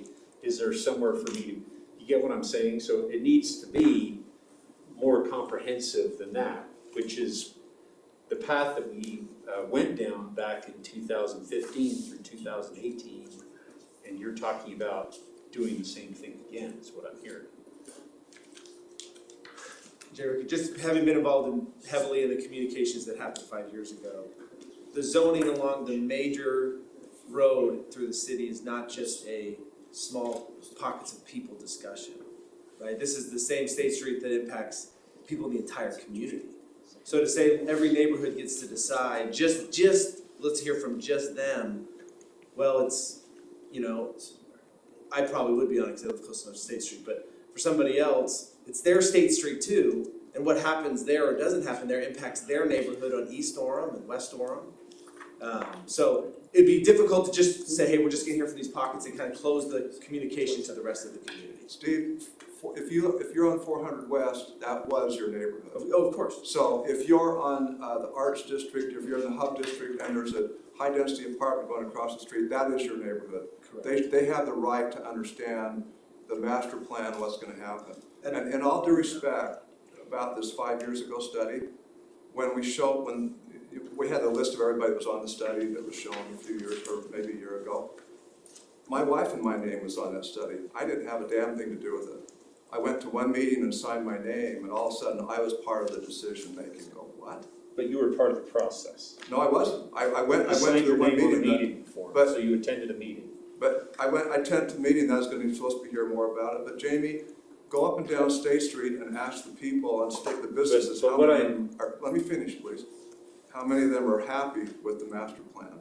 But what I'm just representing is that you attended the meeting. There was some reason that brought you to that meeting, and you consciously chose to participate, and you signed your name. So But I that's, had no input. So to say that I had input and discussion, I had no input. No one ever asked my opinion. but I don't think it's a fair representation to say I knew nothing about it, because you actually attended the meeting. I You didn't say signed your nothing name. about it. I said that I went to the meeting and signed it, but then I never had any input into what happened. But more than that is asking the people up and down. I just say the people that are affected should be able to have a voice. Yeah, I agree. I misunderstood. I thought you were saying and only they get to come. No, I'm just Okay. saying, before we make like the mayor's saying, we'll make the decisions as city council, but before we do that, we ought to hear people that are gonna be impacted where 25 feet from their house is a 6-story building. They ought to be able to have input on that. Yeah. And I'm not saying they change it, I'm just saying, let's hear from them so that we protect what happened to the people on the North Village. Yeah. Let's just and whether they're gonna be happy with our decision or not, at least we hear. Yeah. That's my point, let's just listen to their concerns. Could you do, on each district, could you do an overlay and say, okay, this is 20% commercial on this North Village district, and what it looks like, and, you know, just as a We'll go visual. through the maps. Yeah. I got some maps Okay, coming good. up, so we'll have to remind me, because I might forget. No, that's fine. I mean, it doesn't have to be on. So, I guess what I'm hearing is this will be part of our discussion. Sure. I think so. This is what we referred to a little bit ago. So North Village District in the core is a 2-story minimum. So this is basically if you remodel your building, let's say across the street here they want to remodel their sandwich shop. They don't have to make a 2-story building. But if they want to tear it down and rebuild it, they do. That's the difference between someone that wants to come in and just keep what they have, which we made a point back when the council adopted this. I think several of you had some issues with us requiring them to fix it or bring it into current standard. What we did do is allow them to keep their existing building and they can maintain it for perpetuity. So if somebody wants to do the Subway shop for 50 more years, they can do that. If they want to My redevelop. concern there is, you know, they're a quarter of an acre, whatever, and you're gonna make them do a 3-story. Well, and part of that is to force, not necessarily force, but to encourage them to amass other properties so you have a bigger project instead of having this little tiny shops that come up. So I guess that's the big discussion. Do we want to keep that, or is that something that's, obviously it's on the table? I think that'd definitely be a limit. Right. So in the Hub District, which is the University Parkway, the minimum is 3 stories except for the Hub, which we are the edge, which we just changed about 70 months ago to allow those pad sites out front to have a minimum of 1 story. So this is the requirements now. I'm just bringing it up. These are what we require. If somebody comes in and wants to take down the Burger King across the street, they would have to build a minimum 3-story building to replace it. But we have a moratorium, so they can't do it. If it deals with, anything. Right, Steve? That's right. Depending on what you do tonight as far as amending it, yeah. So this is a little busy, so I guess if you work with me here, I'll explain what these are. So, as an example, there's what's called base residential density. Midtown Village is what they've done. That's what we based it on, which is kind of a standard throughout the country when somebody does a mixed use. They typically allow a commercial development to come in, and then they share a portion of that with a residential component, a mixed use development. So in this example, we have 7,200 square feet of commercial property, or commercial. And by the way, there it makes quite a bit of sense, because the people who are coming to sleep at night are different than the people who are coming during the day to shop, right? And that's the idea behind the mixed use. That one, it makes great sense. So if you look at that, so here's the 7,200 square feet, which requires 22 stalls of commercial. If you divide that by 3, which is what the districts allow, or shared, then 7 units can be a part of that 7,200 units, and they're required to have 22 total parking stalls. In addition, if they want anything over and above that, so in this example, they want 40 additional units for a total of 47. So if you take that across, 1.75 per unit, which is what's in the other 4 districts, they would require 70 additional stalls. 2 is 80, 2.25 is 90. Here are the total stalls required, here's the ratio based on residential uses. So if we're looking to try to get to a 2-stall ratio for residential uses, then this ratio would work at a 2.0 stall with 3 per 1,000. This is the same scenario with 4 per 1,000, which gives you a little different share. So 29 is required, but 9 stalls now are allowed to share. So if we take the same number of units, 47, so they have 38 units in each part. These are the different ones, and this is the ratios. You can see the different requirements obviously increase the ratio. So if the idea is to get to a 2 or somewhere like that, and if you do that, then it's the 2 and the 4 per 1,000, each of 2.23. This one each of 2.17. So they're similar. The other idea is if you don't like the base residential density, take that out. Each of them have to require their own parking. So this has 22. Each of these 47 total units. You can see the ratio goes up. Well, there's 3 per 1,000, 4 per 1,000. The interesting thing though is that this ratio, if they do independent, and you do 1.75, 2.23, each of the same ratio as if you do the 4 per 1,000 and the 2, each of the almost 2 1/4 per residential share. Take on 1600 North, there's an Osmond furniture store. They're commercial, and so is True Religion. But Osmond gets a whole lot less traffic per 1,000 square feet than True Religion does. I mean, you go in there and it's busy as it should be, or around the other restaurants the other side. So can we have different classifications of commercials? Because a restaurant has more demand than a furniture store They do. or some other things. To use your example, True Religion, they're only open for breakfast and lunch. Right. So in the dinner evening time, the other stores kind of spill over. I get that. But they all close at a certain hour, and then the residential takes into that space that's shared. Yeah, again, I understand the commercial and residential, but it seems like there's different types of commercial. A bank wouldn't have as near as much traffic, a furniture store, or whatever. Whereas a restaurant, at lunchtime, that's a busy place. You know, if you're trying to eat at any of those places, it's pretty big. I think what you're saying is a great idea. I think the challenge would be, is we wouldn't know what those commercial uses were. And what they are today doesn't mean that's what they'll be in 3 years, right? It could change over at any time. That's the tough part. The way the parking works is basically we're betting on the average. Yeah. Right. So right now it's by zone, not in the regular C2 zone, it's just a zone. So whatever you want to put in there that's permitted, whether it's a furniture store or whether it's an office building that has a different demand, we're going to require the same amount of parking. Over time, we're hoping that the averages work out. But whatever's in that building, the parking standard is sufficient. So in a mixed-use development, the same is true. If you have a restaurant like True Religion, which is phenomenal, by the way, if you haven't been. But, you know, it just depends. If you have that or if you have a restaurant that's not as busy. I mean, you're going to have the same parking standard, the same mix, and that's kind of... Versus those soda pop places that have a, horrendous number of cars pulling up for a 400 square foot place, right? Right, nobody in, but they're all going through the drive-thru, so... And I think the reason why we did the 2.25 in the North Village was the 0.25 was for visitors, because that's where we see the problem is there's no visitor parking. You go down to Vineyard and it's like you got no visitor parking and you're getting tugged. So that's the concern I think with that. Right, and I think the only point of showing this is that I think it's other districts, like the Hub, for example, that does have the BRT. I mean, I think there's probably some different parking ratios that you can come up with that would be shared, or you have other modes of transportation versus the North District. I like this because we're dissecting, you're giving us information that we can look and say, okay, the Hub zone or the other zone or districts, this applies or doesn't, it makes sense or it doesn't. So this is good. And I'll email this to you guys so you can That's great. dissect it. Thanks, James. If you don't don't like it, don't call me, but. No, I'm just kidding. So these are just kind of real quick, going through, the one on the right is the existing zone that was done prior to the district was put in place. So you can see the North Village was all C2, with the exception of one lot right there that was residential, which is right next to the, what's it called? The restaurant right there, anyway. The majority of it was C2. You can see where the core and the edge and the res A were located. This is the Canyon Crossing District. You can see prior to that, all the red was C2. We didn't add any additional other than this portion there, which also we made res B, which fits into the character of that. This is the trailer park, which we made res A, so some, because you're standalone residential there, but the majority of it was C2 zone.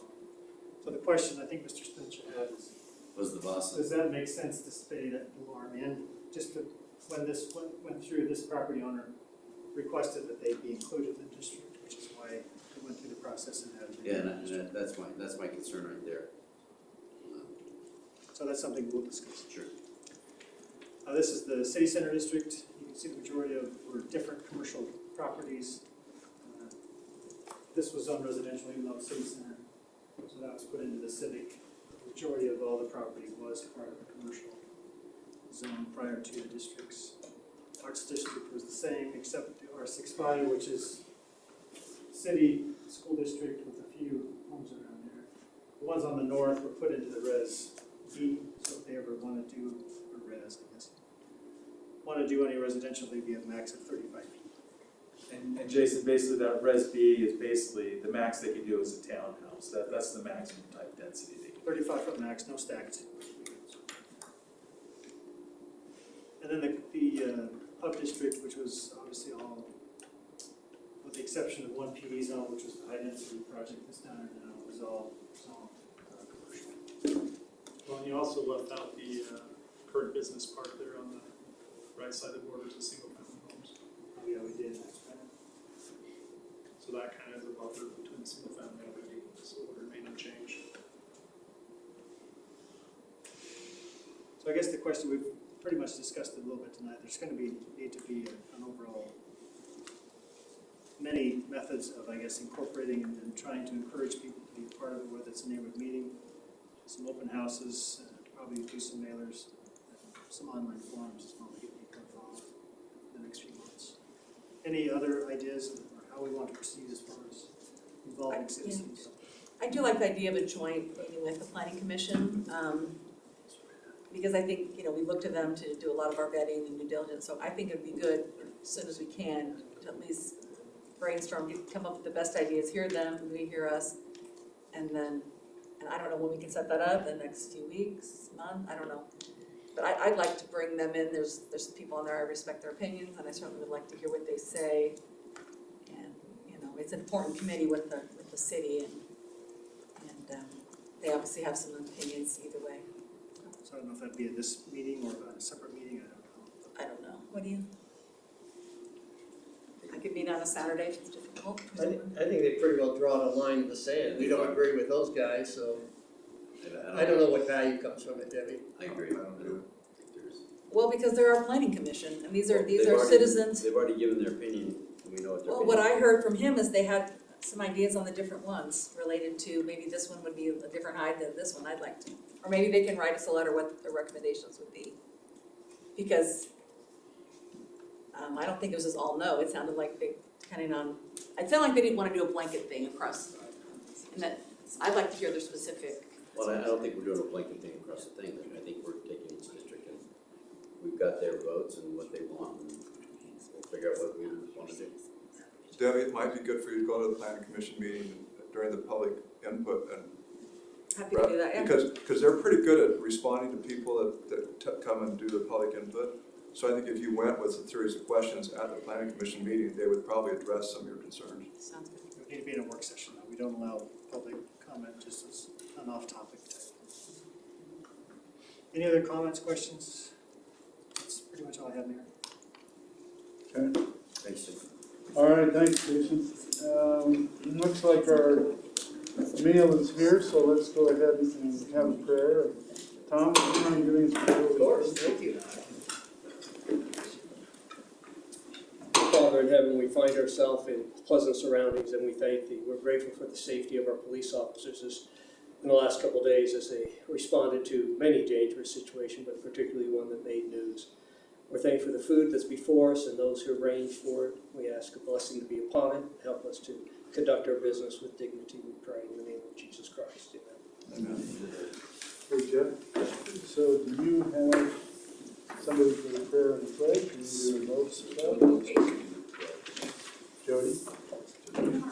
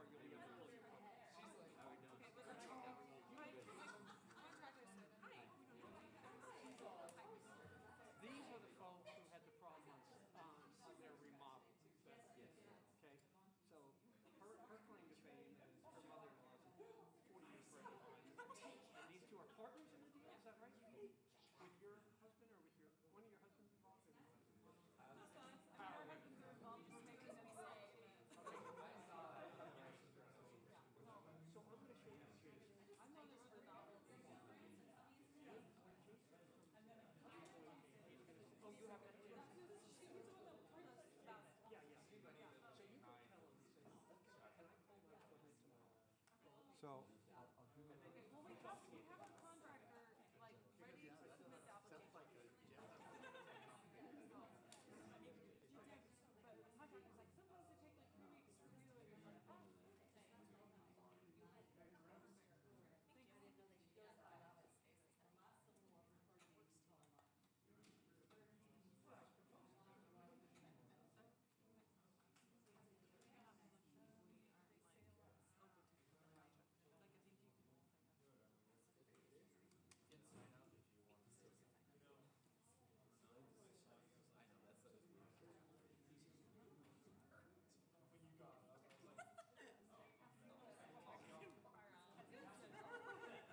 No concern of mine. I knew you could. Well, those stupid chandeliers. I forgot. I was like, oh. So I unscrewed some of them and I laid it down. Okay. And then the other one I kind of like. You showed me to do it that way. Yeah. I mean, we lost a few crystals, but every time I'd move it, it was like click click. Oh, we have them. I'm like, oh, we just get them. It's like no actual crystal.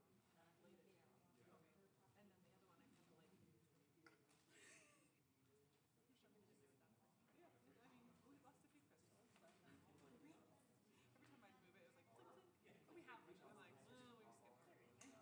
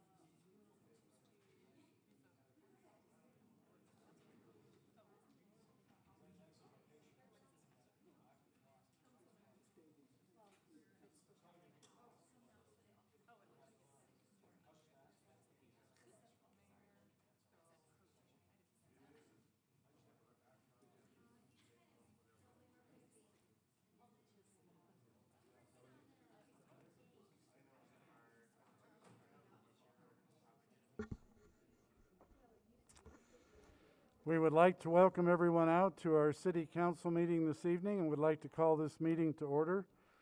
We'd like to begin by having a prayer, a prayer to be given by Jeff Lamson and then the Pledge of Allegiance to be given by Jody Bates.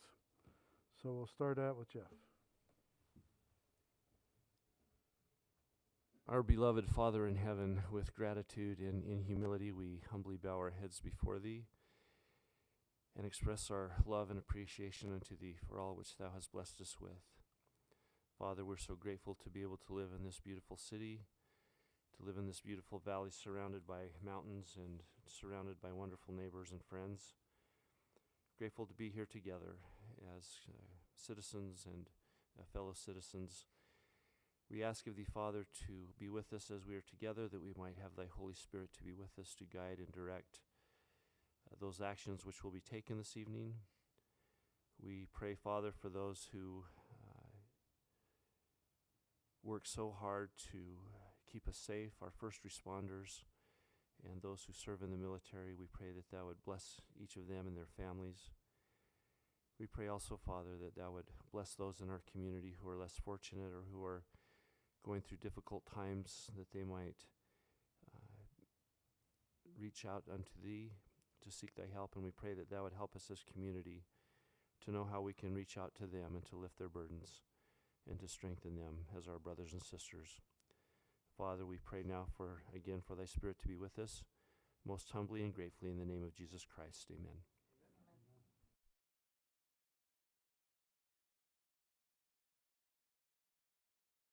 Audience, please rise and repeat the Pledge of Allegiance. I pledge allegiance to the flag of the United States of America and to the republic for which it stands, one nation, under God, indivisible, with liberty and justice for all.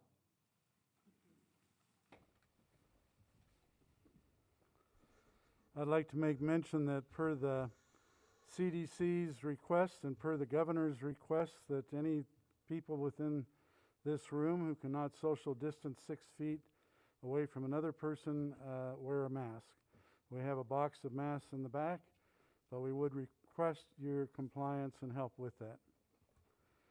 We'd now like to go ahead and start on a report item, and that is a Public Safety Advisory Commission introduction to be given by Fire Chief Mark Sanderson, after which the same to be given by Police Chief Josh Adams. Make sure you turn that on there. Thank you, Mayor and Council. Is that good? Yeah, thank you for this opportunity, and I think this Public Safety Commission that is being resurrected, I think or developed, is going to be something that will take us into the future with really good community support. The two names, after it was several months of trying to figure out just who in the community would fit our needs moving forward, I actually have, or I guess they submitted applications, both Scott Ash and Donna Cotterill, as the fire chief appointees to this commission. And if I could just give you a little update, Scott Ash is a long-term Orem resident. He's a fire captain currently working for Pleasant Grove City.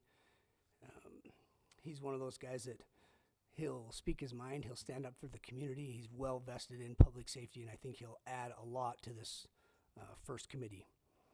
The second person, Donna Cotterill, she is also a long-term Orem resident.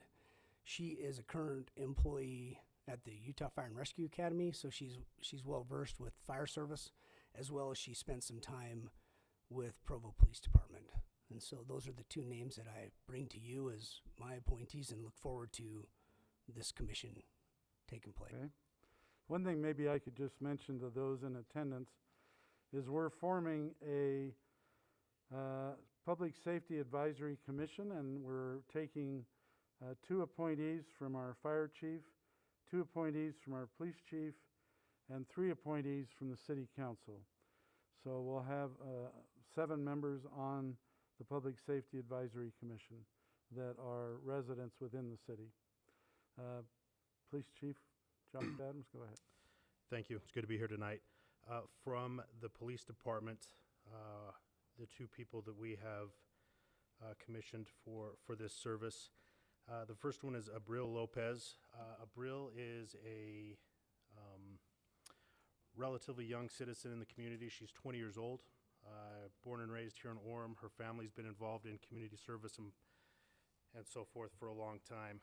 And she's currently a student, and we feel that her service she's been in Latinos in Action and several other church and service opportunities in her life that I feel that she's in a good position to represent several different communities within our city.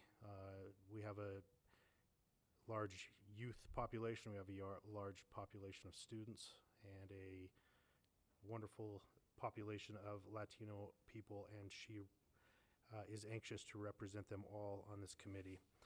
The second person that we brought on is Fui Tautua.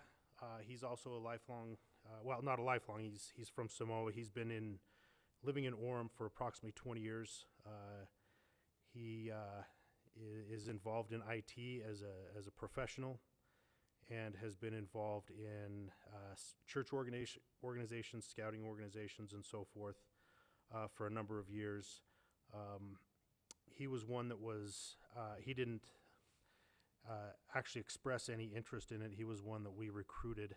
We felt, myself and my staff felt it would be important to bring on a member of the Pacific Islander community that is also a important group within our community, and also we felt that it would be a positive thing to have somebody that doesn't have a public safety background and doesn't have any motives or anything like that. He's a very fun person to talk to. He's a very fun person to visit with. He's got a lot of good, important perspective on life, and he is a very, very highly respected person within his neighborhood and the community at large. So we're excited to have him on board. Thank you, Chief. Those 4 appointees, I think, are excellent and will be a great benefit to the community. I want to turn some time over now to Fire Chief Mark Sanderson to give an employee recognition. Thank you, Mayor. If I could just have Braden Partridge come up while I'm talking. I just wanted to take this opportunity to spotlight the paramedic program that we have here in Orem that is strongly supported financially as well as from an education perspective. Clear back, 1997, when Orem sent me to paramedic school at Weber State, for the next several years, hiring EMTs and transitioning them into paramedic program was something that the city did. Then there was a span of years where, based on the department was primarily made up of paramedics, there wasn't that need.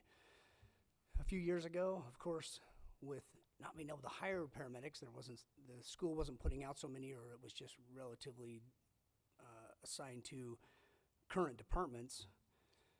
We found ourselves in a position hiring EMTs. And so with the continued support financially, with the focus on the education and the service we provide, which is substantial, these guys spend 3 or 4 months off of the floor doing their regular duties, signed up into the office administratively, helping us or studying so that they can pass their tests and earn their certifications.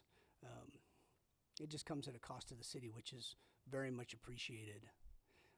The hiring philosophy we currently have now is, if we hire the right person, not so much focused on just the paramedic certification, we'll just get better employees in the long run. So the continued support for our paramedic program, I think hiring EMTs, which they have the personality to match our programs, will just further our service. And so there have been many paramedics ahead of Braden, and this just is the first opportunity we've had to share him as our latest example of having just graduated.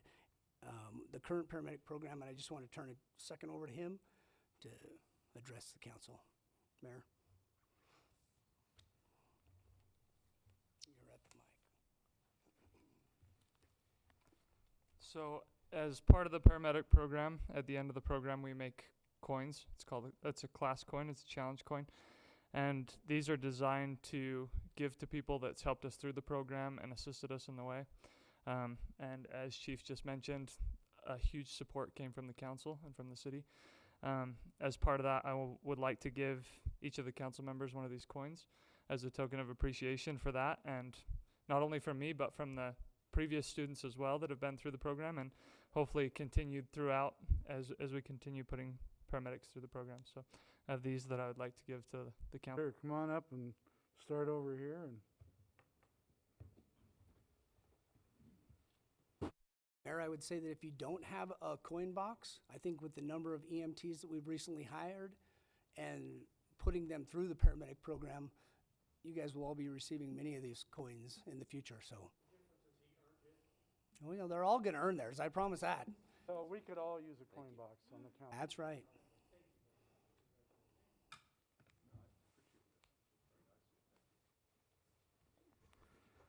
Thank you. Thank you, Mayor. Thank you, Chief, appreciate it. We'll now go to the personal appearance portion of our meeting. I'd just like to read a paragraph that goes with that. Time has been set aside for the public to express their ideas, concerns, and comments on items not scheduled as public hearings on the agenda. Those wishing to speak are encouraged to show respect for those who serve the city. Comments should focus on issues concerning the city and not on individuals. Those wishing to speak should have signed in before the beginning of the meeting. Please limit your comments to 3 minutes, and please provide your name when you go to speak. First, we'd like to hear from Ethan Harris, then Jared Moore, and then Stephanie Visna. Mr. Mayor and council members, my name is Ethan Harris. I am 28 and I live in the Hillcrest Historic neighborhood. I have been there for nearly 6 years. When I bought this home, I was single, and now I have a wife, a 3-year-old daughter, and a 1-year-old son. I moved to this community with the intention of starting my family in this city. Since living in this neighborhood, the mall has been buying up properties and tearing down homes in the name of their expansion. These developments continue to shrink our neighborhood. The Wright Development Group has proposed a high-density housing complex with enough parking, or without enough parking, to accommodate their commercial tenants, residents, and their guests. This means that we will experience the same thing that has happened at every other apartment complex in the valley. If we drive by the Aston Apartments on the same block, you will see that even during the day, their parking has overflowed into Costco's parking lot. This only gets worse in the evenings. Our neighborhood will not have something like Costco to accommodate this excess parking.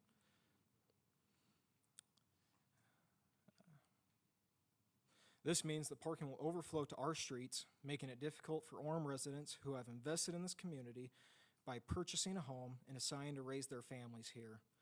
Our neighborhood already has traffic from those who try to access the mall, and this complex will bring an increase along our residential streets where our children and grandchildren like to play. In the meeting on August 9th, Hassam Sakar mentioned that as a volunteer with Orem Police Department, they have seen increased crime rates and received many calls to high-density apartments such as this one. I lived in a complex like this where cars were parking along Geneva Road down in Vineyard, and many of them would have broken windows due to thefts. As a neighborhood, we would welcome commercial developments that will bring great businesses to our community in this location. There are some that argue that they need more affordable housing. I would like to bring up that high density does not mean the same thing as affordable, and that can be seen if you look at the Aston's prices for a 2-bedroom apartment. This is why we are asking the city to reject this high-density housing and only allow commercial developments with appropriate separation so we can protect Orem's residential neighborhoods. Last week, I emailed each of you a 9-page petition that has been taken around to neighbors and businesses that will be surrounding this proposed complex. All of them share these same concerns about our parking, traffic, and public safety. Please, as residents of Orem, do not make us regret living here. Thank you. Thank you. Jared Moore?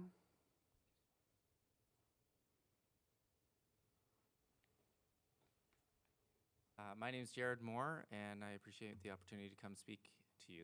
I've never done this before. I too am a citizen and a resident of the area where the Meadow Gold property is, and I'm here talking about my concerns. I came just a few weeks ago when we discussed that and voted on the moratorium. And I remember at the beginning of that meeting, after listening to the lawyers and some of the things that were spoken, I felt really a feeling of dread that we wouldn't be heard as residents that live there, that our rights and our lives that we've built wouldn't be listened to.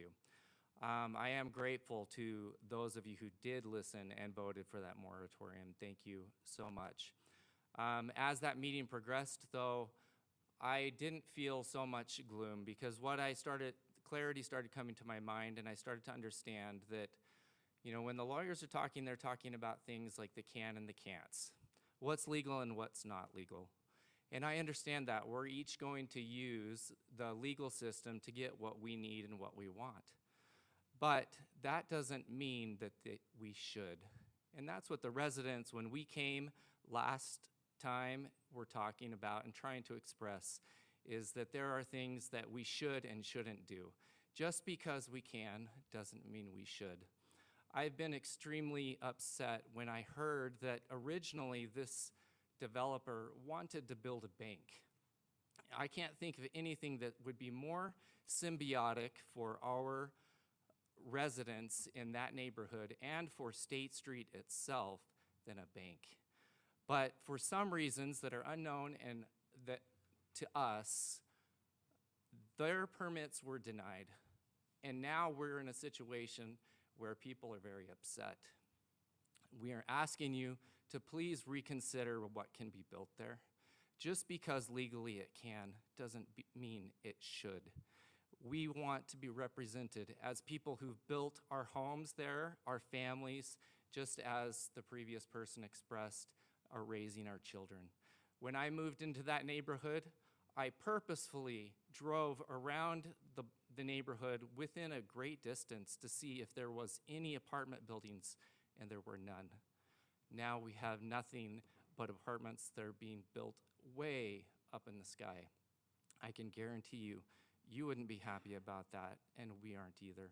So we're asking you to reconsider and work with this developer to build something that is appropriate for that lot. Thank you. Thank you. We'll now turn some time over to Stephanie Visna. It gets cold in here. I am shaking, not because I'm nervous, but I am freezing. So anyway, if I chatter, anyway. I also didn't type my words up today, so I'm going to kind of go off the cuff a little bit on my comments. But in the work meeting, we noticed several maps that were shown of the districts and how they used to be C2 and what they are now with the district.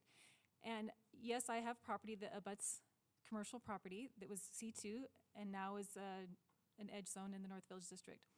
So we know that with the new districts came unlimited height and the potential for high-density housing and a mixed-use element.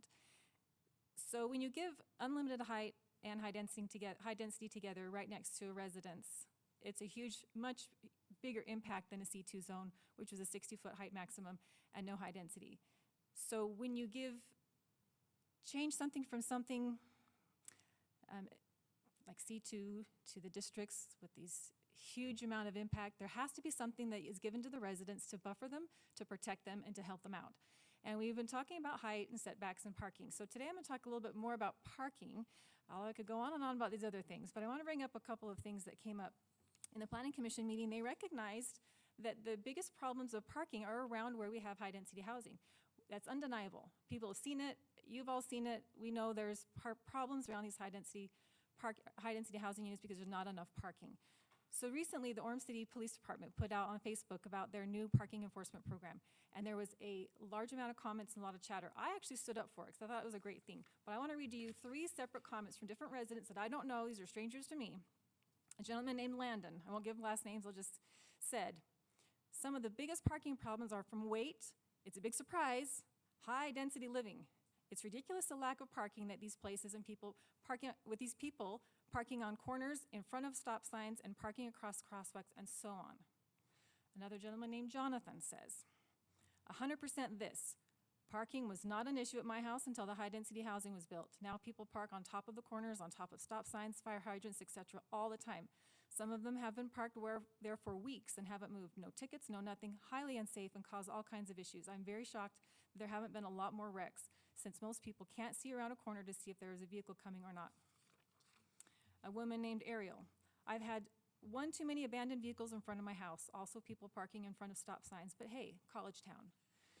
And there are many other comments. There's 2 pages front and back of ones I copied and pasted with parking concerns from residents who just commented on the Orem PD's Facebook post that they recently made.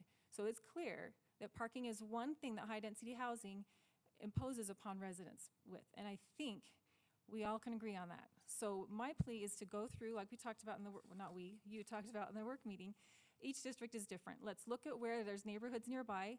Let's appropriately put high density and its parking ratios to reflect and protect neighborhoods. Thank you. We'll now go ahead and move on to our consent items, and we'll close the personal appearance portion of our meeting. First consent item is approval of meeting minutes, city council meetings, July 13th, 2021, July 27th, 2021. If anyone on the council, as I read through these consent items, would wish to put it on a scheduled item agenda, please let me know.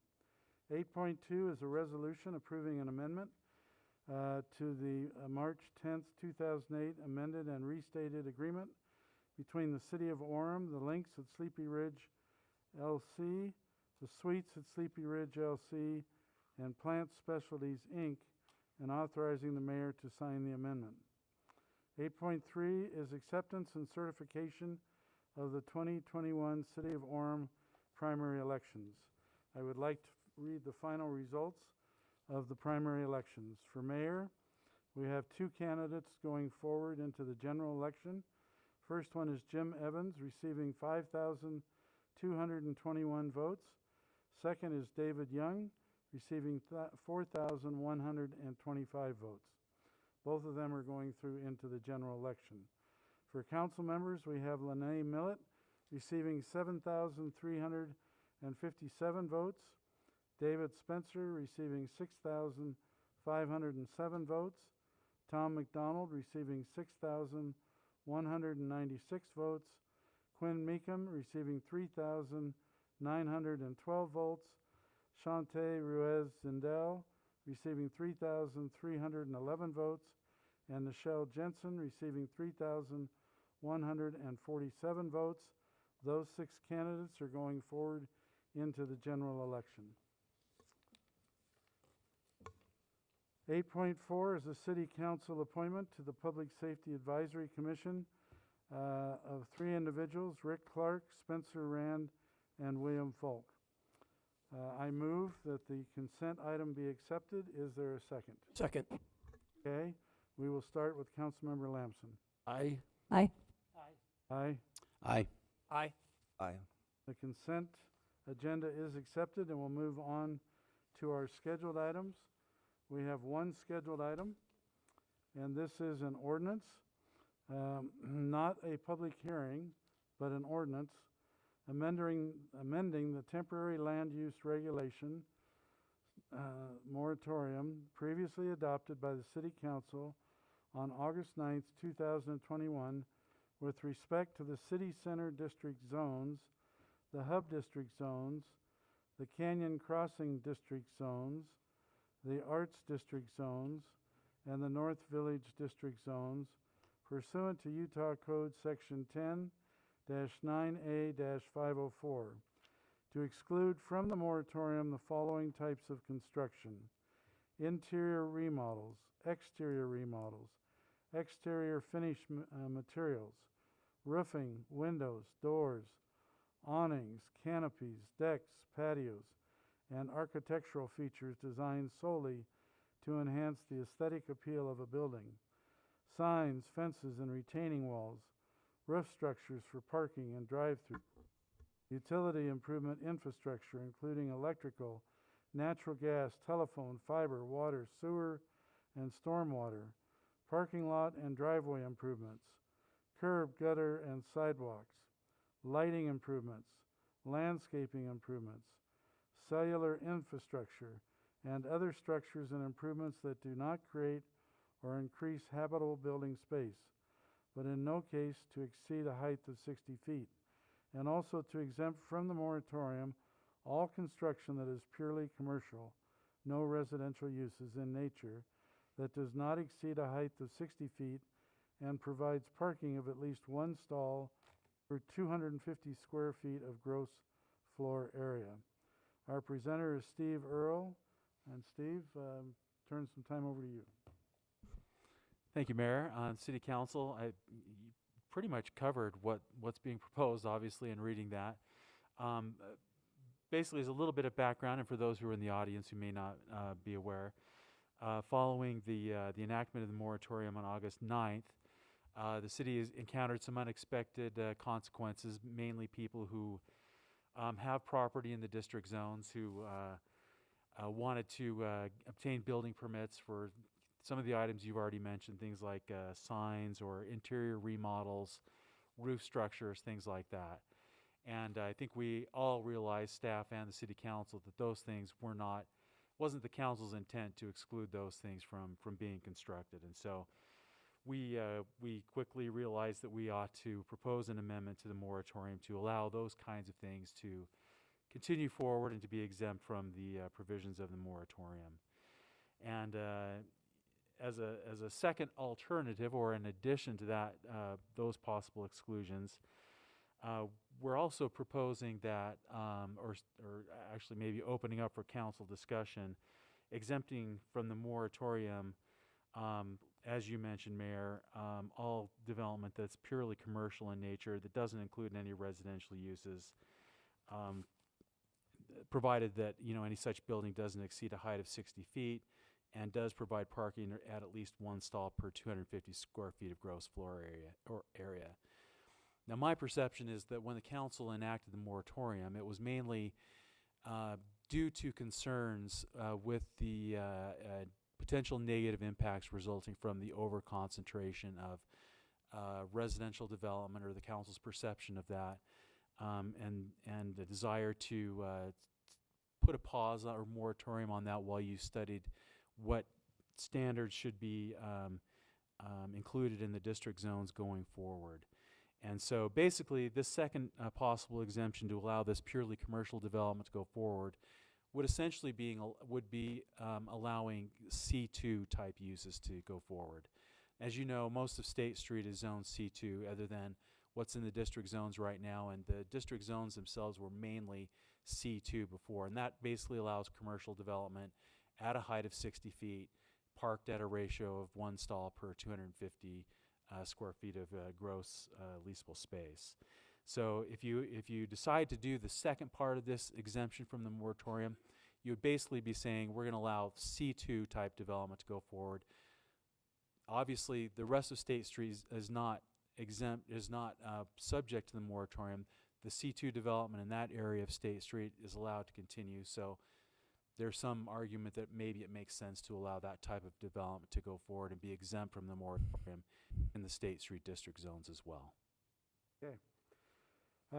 So this is an ordinance that we are here to pass or not pass. It is not a public hearing, and I wanted to open it up to the council for anyone who wanted to make a comment. Councilmember Spencer.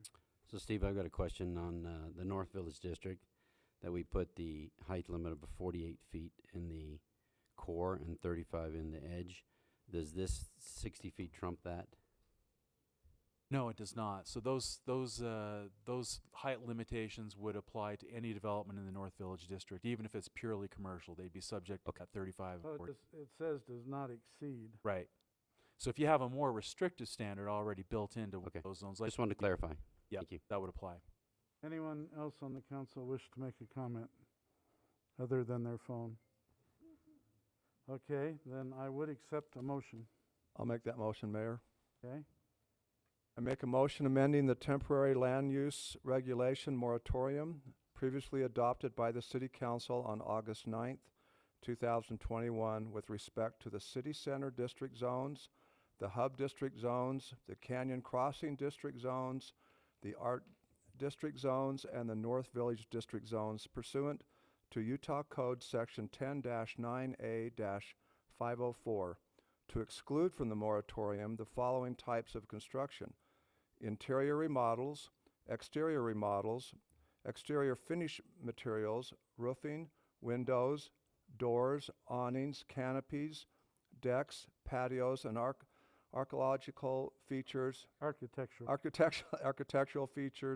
designed solely to enhance the aesthetic appeal of the building, signs, fences, and retaining walls, roof structures for parking and drive-through utility improvements, infrastructure electric, natural gas, telephone, fiber, water, sewer, stormwater, parking lot and parkway and driveway improvements, curb, gutter, and sidewalks, lighting improvements, landscaping improvements, cellular infrastructure, and other structures and improvement that do not create or increase habitable building space, but in no case to exceed a height of 60 feet, and also to exempt from the moratorium all construction that is purely commercial, no residential uses in nature that does not exceed a height of 60 feet and provide parking of at least one stall per 250 square feet of gross floor area. Thank you. Is there a second? Second. Okay, let's go ahead and vote. Jeff, we'll start with you. Aye. Aye. Aye. Aye. Aye. Aye. Okay, the ordinance passes. We'll move down. Jamie, do you have anything that you wish to bring up? Okay, then I would accept a motion to adjourn. So moved. Is there a second? Okay, all in favor say aye. Aye. We are adjourned. Thank you.